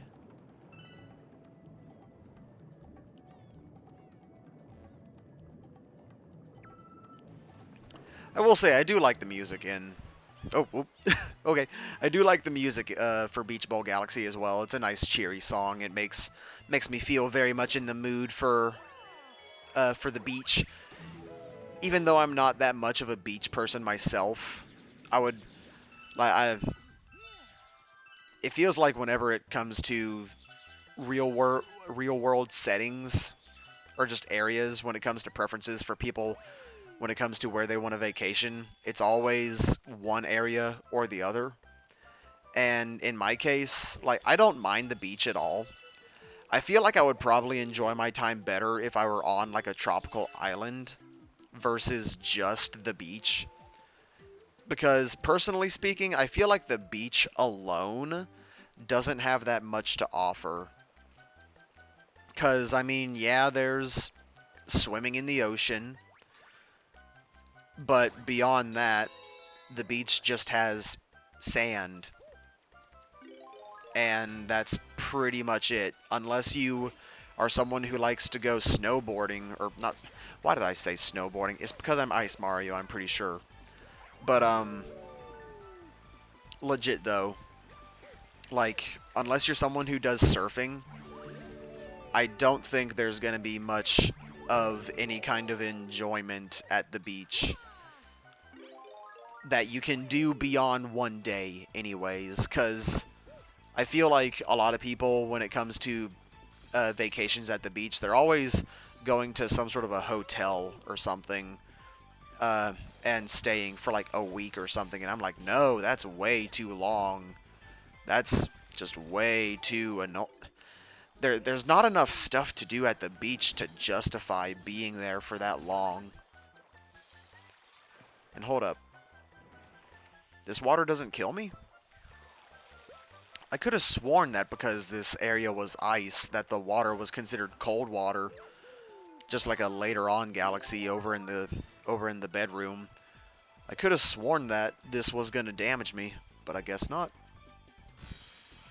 Anyways, gotta lure this Cataquack over without him drowning so I can get to this star. But yeah, when it comes to just the beach, like, there's nothing wrong with the beach. I definitely can have my fun at the beach, but I feel I can only do it for one day, and then that's it. I can't find that much more enjoyment to do at the beach. Now, granted, with that being said, I feel that tourist attractions at the beach know this, and so that's why they take advantage of having so many different attractions. Yep, that looks to be the end of the kitchen. But, yeah, like, I know that, I'm pretty sure that's the reason why a lot of tourist attractions, make it so that there's a whole bunch of different things you can do, like, the beach that I have gone to, Myrtle Beach, which is at the edge of North and South Carolina together. Sorry, I was just... My mind kind of glanced at the message that he was just dropping. It looks like we can go ahead and do this mission right now. But, at Myrtle Beach, I know there's, like, an arcade that you can go to along the coastline. And it's a fun arcade. There's a bunch of stuff that you can do there. Or at least when I was a kid, there was a bunch of stuff you could do there. I don't know if it's still there now. But there was an arcade, and it felt like every just half a mile down the road you went along the coastline, there was always a mini golf course. And don't get me wrong, I love mini golf. I really wish that there was a mini golf area somewhere where I live. But, like, when it came to other attractions, it really felt like those were the only other two things at the beach. There was the mini golf courses, and then there was the arcade.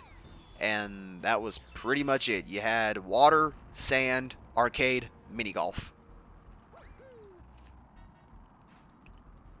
And that's why, personally, for me, I feel that a better area to go to if you're wanting to go on vacation is anywhere where there's a mountainous landscape. For me, that is the Appalachian Mountains, since I live along the East Coast. And so I just feel like I can get away with saying that personally anyways. Because the Appalachian Mountains, at least, they have a lot to offer. And I'm about to die here. But the Appalachian Mountains have a lot to offer in terms of things that you can do. Because where there's the beach where you can go and do pretty much just what I said, where you can go and swim, or you can just hang out in the sand and do whatever. Up in the mountains, there's a lot more that I feel you can do, because there's a lot of just different variety of things that you overall have. Because I mentioned how there's like tourist attractions at the beach to try and keep you entertained. I feel that there is just as much in the mountains, if not more so.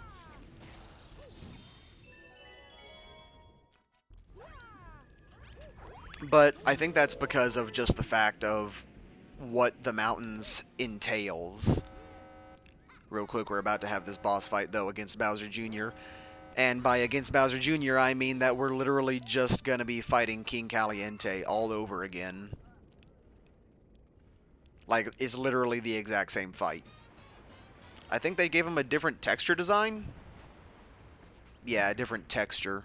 He's like darker in appearance, but in terms of actual combat, he's basically the same in terms of overall difficulty. Like, yeah, there's these platforms, and there are these blue things that, well, I just ran into right there. But there's really not much challenge to this fight.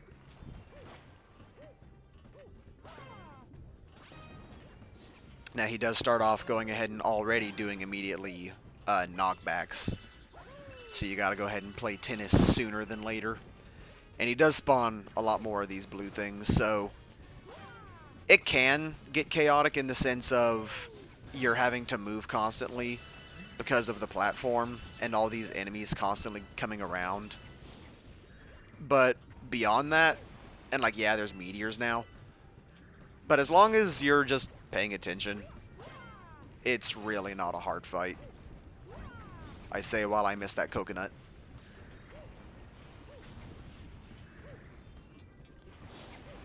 But going back to my tangent about the mountains versus the beach, I legitimately feel like there's a lot more stuff that you can do up in the mountains. Like, there's a bunch of hiking trails, and I know that hiking is definitely something that not everybody is into.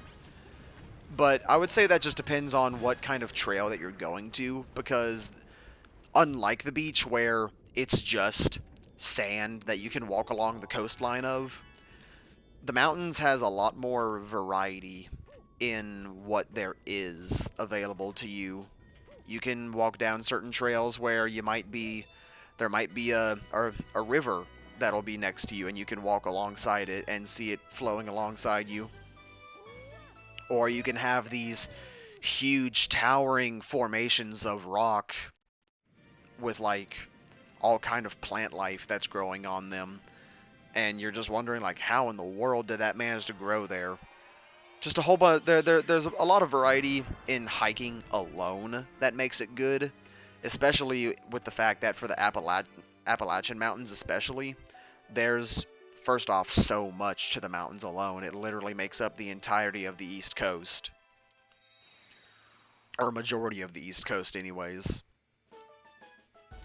And as a result, there's just so many different kind of hiking trails that are available to you right off the bat.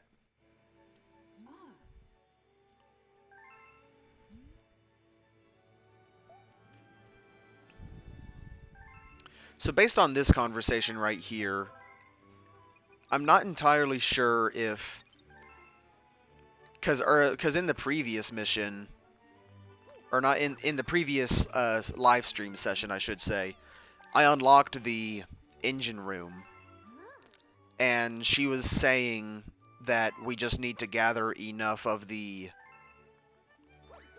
Oh, hold up! There's more. There's more from the male toad. But she was implying that you just have to gather enough of the stars after unlocking the engine room to be able to reach the center of the universe. But then she comments saying that you got a grand star from the engine room, which granted allows you to reach the final observatory in the game, which is one of my personal favorites. But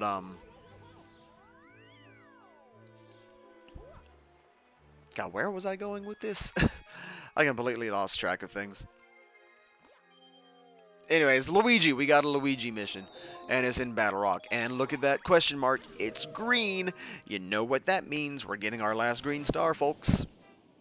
And that'll mean that we are able to finally unlock the final green star to unlock the green star trials.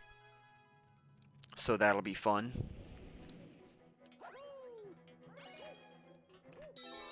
And actually, after this mission, no, I'm still gonna be a star short. I was gonna do the green star trials, and then I was gonna use that as my means of getting into the final area of the game, the center of the universe.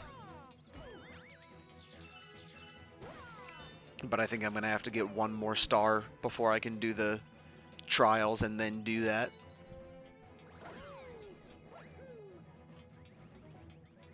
But back to my tangent about the mountains again.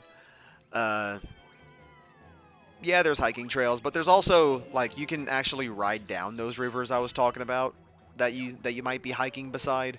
You can ride down them. There's a lot of places where they have like inner tubing.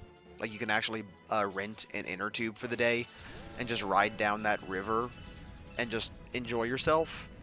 It's nice and calming. You can see the environment and just have a good old time. And it's especially good to do it in the summer because mountain water, like those rivers, they're cold. Like they are cold. And so if you're having a hot day, you can just dip yourself in that water and you'll get a hell of a wake up call. It's a great feeling, honestly. You just got to convince yourself to actually do a full dive, because if you don't go all the way in right off the bat, then you're going to just be struggling the entire time to convince yourself to do a full dive. It's actually funny. I like to section it off, the challenge of fully submerging yourself if you don't go all the way in right off the bat. I like to think of it as the 3 stages that you have to get to, that you have to pass to finally be able to fully submerge yourself if you're doing it the slow way. And I refer to it as the 3 ends. Interpret that however awful way you want, but the actual way that I refer to it, yeah, legit, the 3 ends, is that you gotta get past the 3 ends on the body. The nuts, the nipples, and the neck. Now, obviously, I think that this sort of scenario might only apply to men, because I don't think that there are nuts on women. Unless you want to say the ovaries, I don't know. This is getting a little weird now. But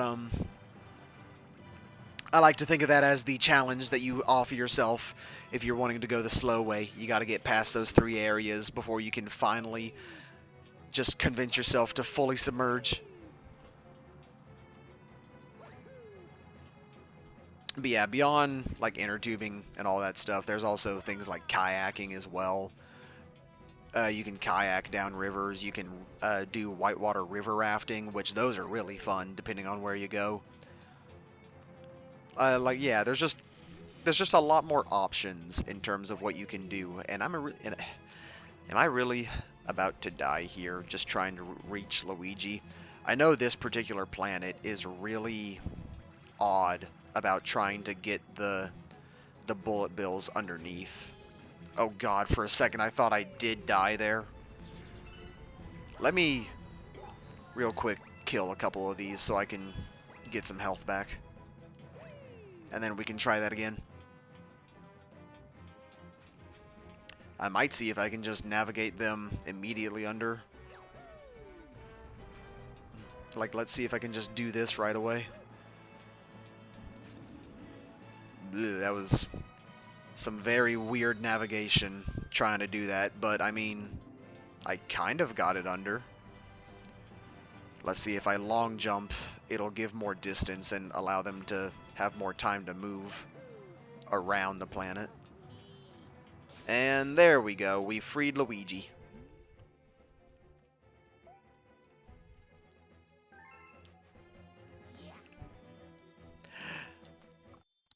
I don't know why, just looking at this particular segment just reminded me of this video where it's Luigi talking to himself, and it's a rap video for some reason about selling seashells at the seashore. I love that video. It's nonsensical, it makes no sense, and I find it hilarious. It's a pretty good rap too, though.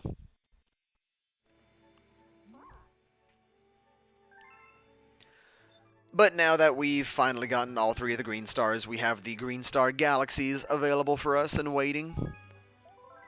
And I think... yeah, alright, I think I have in mind what I'm gonna do.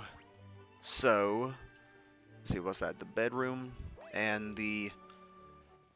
you know what? No, I think I know what I am going to do. I know exactly what I'm gonna do.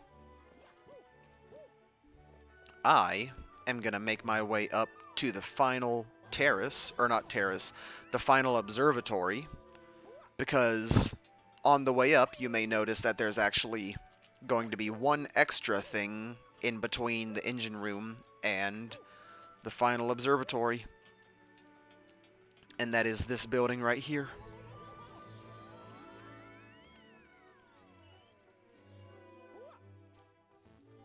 And if you notice what the building looks like, you'll recognize... wait a minute. Hold up. What? I thought there was a 1-up behind this thing. Could have sworn there was a 1-up. I guess I'm wrong. But, you'll see that this is the same house from the beginning of the game on the first planet that we were on. And would you look at that? We're back where we started off.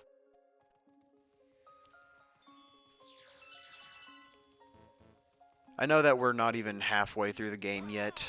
We're almost there. But I can't help but just look at all of this and just...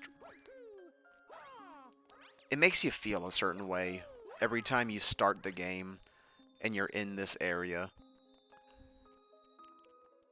And then you run into Rosalina again here.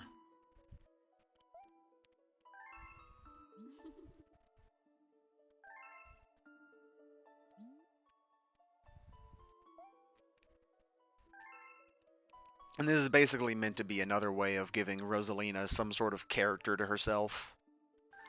And I do like that.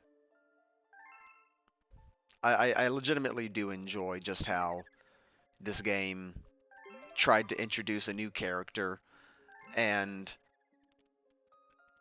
she ended up becoming a favorite for so many people just because of the fact of, well, I mean, there's not that many Mario characters that actually have that much going for them.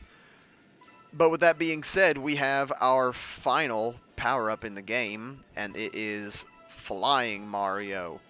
A power-up that I love, and I really wish that Nintendo had actually let us use more often. Because this thing is just really cool. Like, come on, you can literally fly around wherever you want. Now I'm trying to... there we go, I have to hold A. You can use A to, first off, position the camera and actually make it the best navigating camera in the game versus normal methods of using the right stick. But there's also the fact that it comes with a really awesome song. You're able to fly, and it's just so cool. It's so cool. But it's also our technically first introduction to the purple coins, if you have not already completed the rest of everything here at this point. If you've not done the center of the universe yet, I should say. So this will be your first introduction to the purple coins, pretty much, and the 100 coins for Super Mario Galaxy 1. And... yeah, no, they bring the purple coins back in too. I don't know why I was thinking otherwise. I will say, though, this mission's kind of weird with how they try and introduce you to Flying Mario as well as the purple coins, because both don't exactly work in the best of ways with each other. Like, it's nice that the purple coins will actually get attracted to you as you're flying around and you do spins. Like, that's legitimately nice, but the level isn't the layout for all the coins is not constructed in a way that it makes you use the flying ability as much as you could. And then you end up running out of it, which is another thing that I don't really understand. I don't get why they made Flying Mario be only limited like the rest of the power-ups. Because first off, after this mission, there's only one area in the rest of the game that we're able to use Flying Mario, and that is in the observatory itself, the Comet Observatory entirely. Like, you can only fly around there, and that's it. So I really don't understand why they bothered to make this a limited time thing. Anyways, it seems that we are missing 2 coins. There's one right there, and there's the other one. Alright, easy as that. And this is also the only time that I'm aware of where we get a red power star in, I think, the entirety of the Mario series in general. I can't think of any other time that there's been a red power star.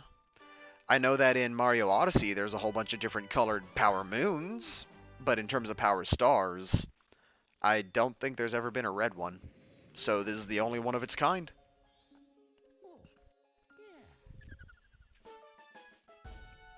And with that, we are at 57 stars, and we are only 3 stars away from the final area in the game. The final galaxy, I should say. And I think that with that being said, I know exactly how we're going to get those last 3 stars. We're going to be doing the green trials. We're going to go ahead and do them right now and get them out of the way. But first off, I will show off using the red star in the main observatory itself. You just get to fly around. There's really nothing to it. Like, there's no hidden one-ups that you get from flying around, except for one.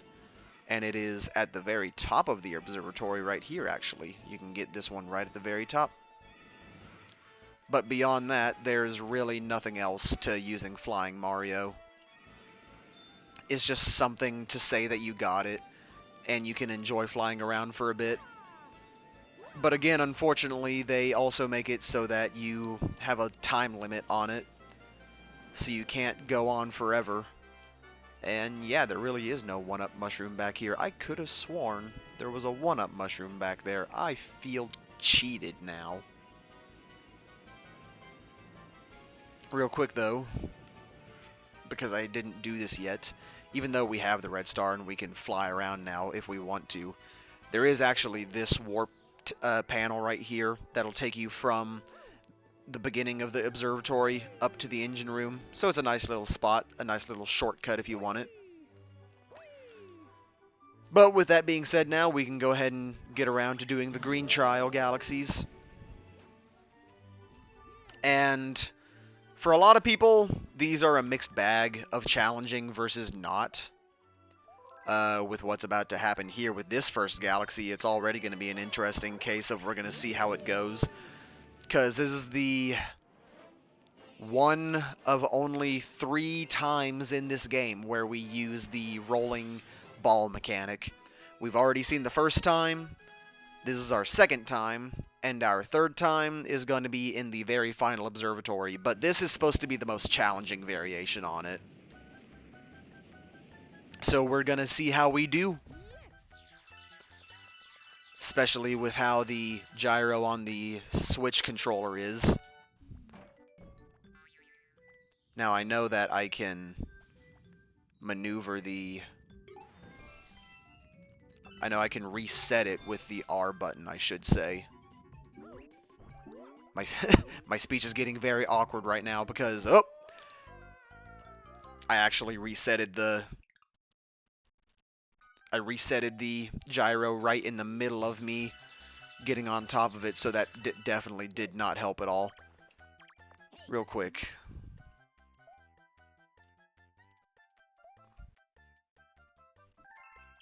Nope, it doesn't say anything about resetting the gyro control if it ends up going off kilter. But I'm assuming that pressing R will reset it for you. Back to its start position anyways, I would hope. Now I could choose to challenge myself and do what I did before in the first galaxy that introduced this, and see how far I can go with just holding forward the entire time. But this particular galaxy, there's not too many points where you can take advantage of that, so I'm just gonna try and navigate it normally. Now, one of the things I do like to try and do, though, is I want to see if I can at least get all of these coins on this platform. Come on. You can do it. There we go. There's literally nothing to it. You don't earn anything from it. It's just something you can do. And, oh god, Gyro is already feeling a little off. It's not too far off, but it feels a bit off. And I don't want to reset it because I'm worried that trying to do so will screw me over. Alright, I can do it right here because this is a safe spot. Just got to be careful about this moving die right here. It's really weird how this is a six-sided die, but it only has 4 dots on each side. This part can be pretty dangerous, but I literally just jumped over all of the bombs there, so that wasn't too hard for me at all, I guess. And with this, we should be reaching the final area. And I don't think this last segment is all that hard. Try and get all the star bits, though. See if you can get yourself a 1-up. And whoo, that Goomba there, or whatever it was, nearly just killed me. Oh, God. Now, you can go for these on the side to get more coins, and you get yourself a 1-up. But since I just got my 50 coins right there, I'm not going to bother with getting the other one. And I need to be really careful right now. And for this segment, you can't jump up. You actually have to get on this particular die. You got to be careful navigating. And whoop, there we go. Did it first try. Alright, so off to a good start. That wasn't too hard at all. So that's 1 green trial down, just 2 left to go. Now, I remember as a kid, this one wasn't the hardest one for me. It was actually... I think 2 of these weren't that much of a challenge for me. It was the 3rd one in particular where I found it more challenging. But then again, that's probably because as a kid, I was much more impatient. Granted, I say that, and I also say that I like to be very reckless with how I do things, but... as a kid, I was like way more reckless, and I don't think I just knew how to navigate controls as well. But we can go ahead and do this one. The one that gives me the challenge, Loop-de-Swoop Galaxy. This is the one where I know it gave me a lot of trouble as a kid, so we can see how we do as an adult.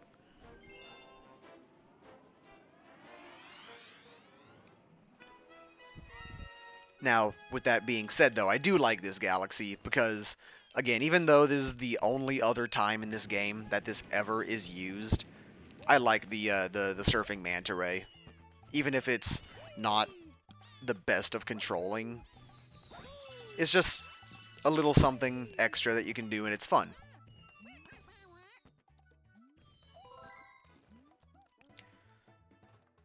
And that's the other thing with this mission, is that there's a time limit as well, so we gotta be careful. We gotta be fast, but not too fast.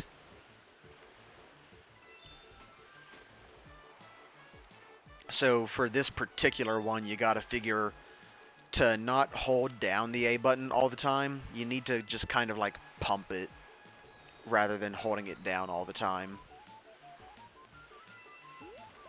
And something weird about this particular manta surfing is that you can actually flick up with the manta ray and jump. there's no real reason to do it aside from getting that one-up that was back there. And also, I'm actually trying to do something right now. I'm trying to press the R button and get the star pointer to show up, and it doesn't look like it wants to show up.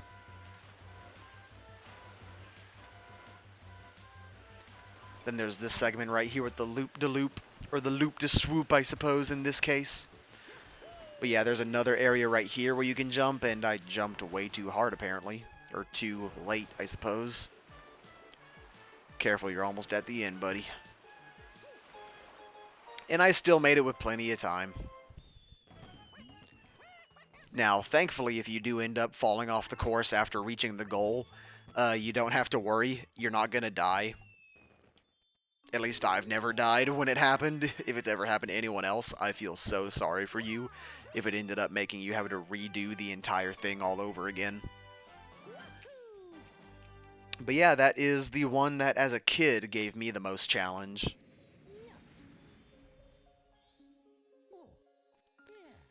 So with that being said, watch me now end up having the hardest time trying to do this last one, seeing as how I've done the other two, the first two, flawlessly.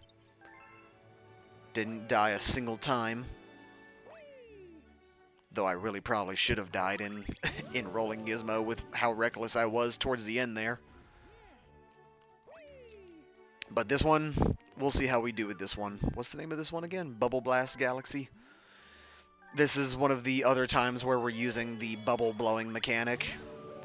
Which I think out of all the gimmicks that they introduced for this game, the bubble blowing one is the one that we use the most. Because there's the swamp level that we use it for in the kitchen. There's this level. There's you doing it for the bonus star in Gold Leaf. And I want to say that there's more than those, but I'm not recalling off the top of my head. But yeah, I'm pretty sure that out of all of them, this is the one that's used the most. Now, I will say this challenge is actually more difficult in the sense of it's pretty much a one and done. Granted, they're all one and dones, but this one you have to be especially careful about. Because any sort of mistake you make is basically a guaranteed death.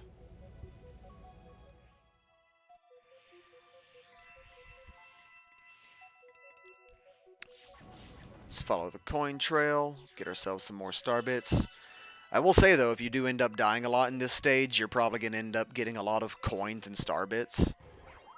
Although I think that for the coins, they reset every time you die. I'm not sure, don't quote me on that.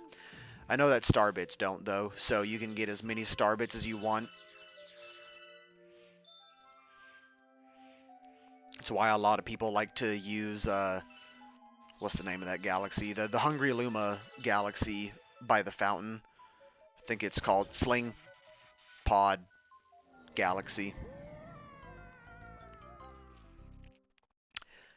So I was trying to reset my cursor there.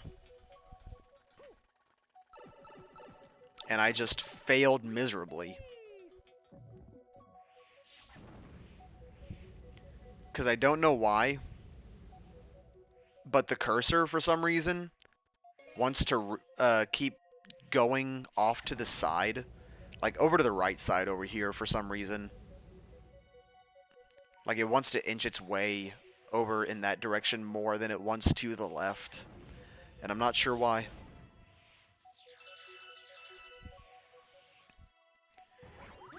Anyways, it looks like I did end up getting one death for the Green Trial Galaxies. And let's hope that we can keep it to one.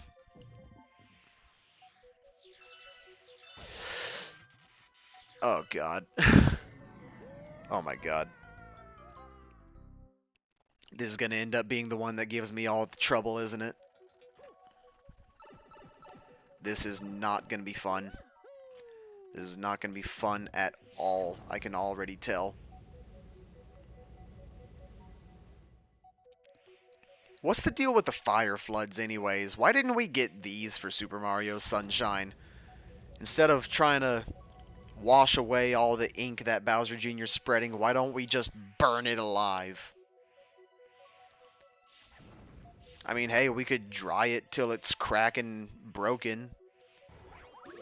Like those inky piranhas or whatever they are. You could just blow fire at them, then they become crusty, they can't move, and then you just shatter them. Problem solved. Shadow Mario being a pain for you, light them on fire.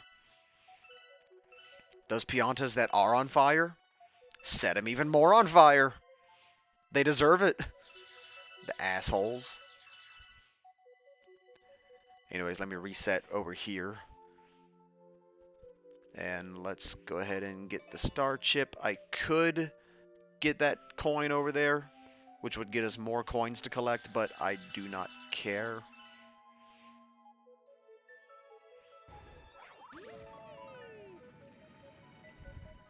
Alright, so that's that section taken care of. Let's go ahead and do section numero tres. This one can be a little tricky, mainly because the platforms that are spinning, they're not going to burst your bubble, but they can push you into the electric gates, causing you to pop. So you just want to be careful about it. Real quick, I want to try and get those star bits. Got ourselves another one up. Nice. Get the star bits up there. There we go. And there should only be 2 left.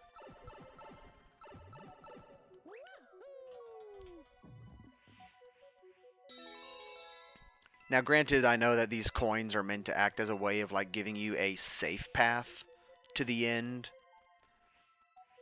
But, like, as long as you're just being careful and not doing what I was doing earlier, then you're gonna generally be fine. You notice I have to keep resetting my cursor. Like, I don't know what's going on with that. It keeps on wanting to push over to the right for some reason. I don't know if that's something to do with the gyro, or if it's just something else entirely.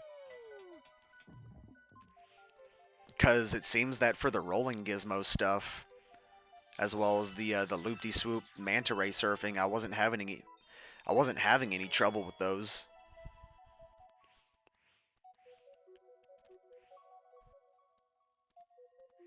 Now, unfortunately, I cannot go back to the pipe. I have to go to the sling star. Because if you try and go back to the pipe, you're just gonna end up brushing against the side of the platform. Like right here, if I were to try and do it here, I can only go as far as this. Now, this segment can be a little tricky because of the bullet bills, but if you lure them right, you can get yourself killed. I thought he was going to go for the cage, but I guess not. Thankfully for this section, though, there is a checkpoint. I just don't like the fact that I've already died 3 times. And I was going to try and boast that I was going to do the entirety of the Green Star Galaxy without any deaths. So there goes that, I guess. 3 deaths making up for the 2 that I didn't get in the previous ones.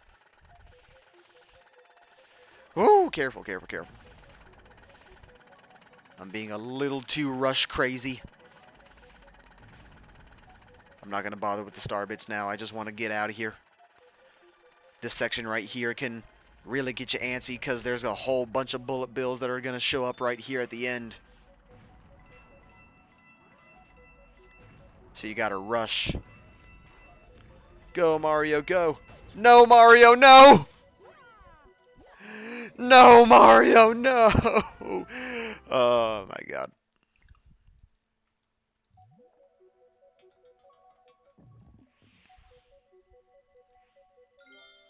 Real quick, I'm gonna turn the music up a bit. I noticed that my voice is definitely louder than the music, but I'm still fiddling around with my settings, in terms of what's loud versus what's not loud. I want to obviously make sure that I'm coming over louder than the game itself, but I know that sometimes I'm not going to be talking as loud, and so the music might end up overpowering my voice. But I also want to try and make it so that the music is heard at all.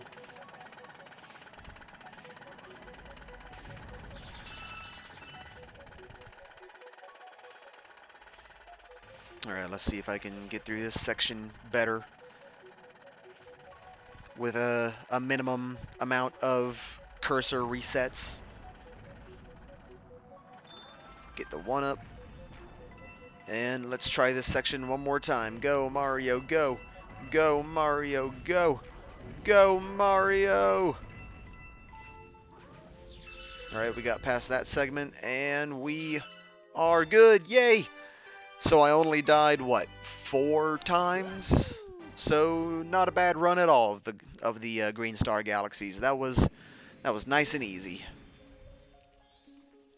And with that, we have now collected 60 stars. So now we can reach the center of the galaxy. There it is. And now we get a really nice track right here coming up.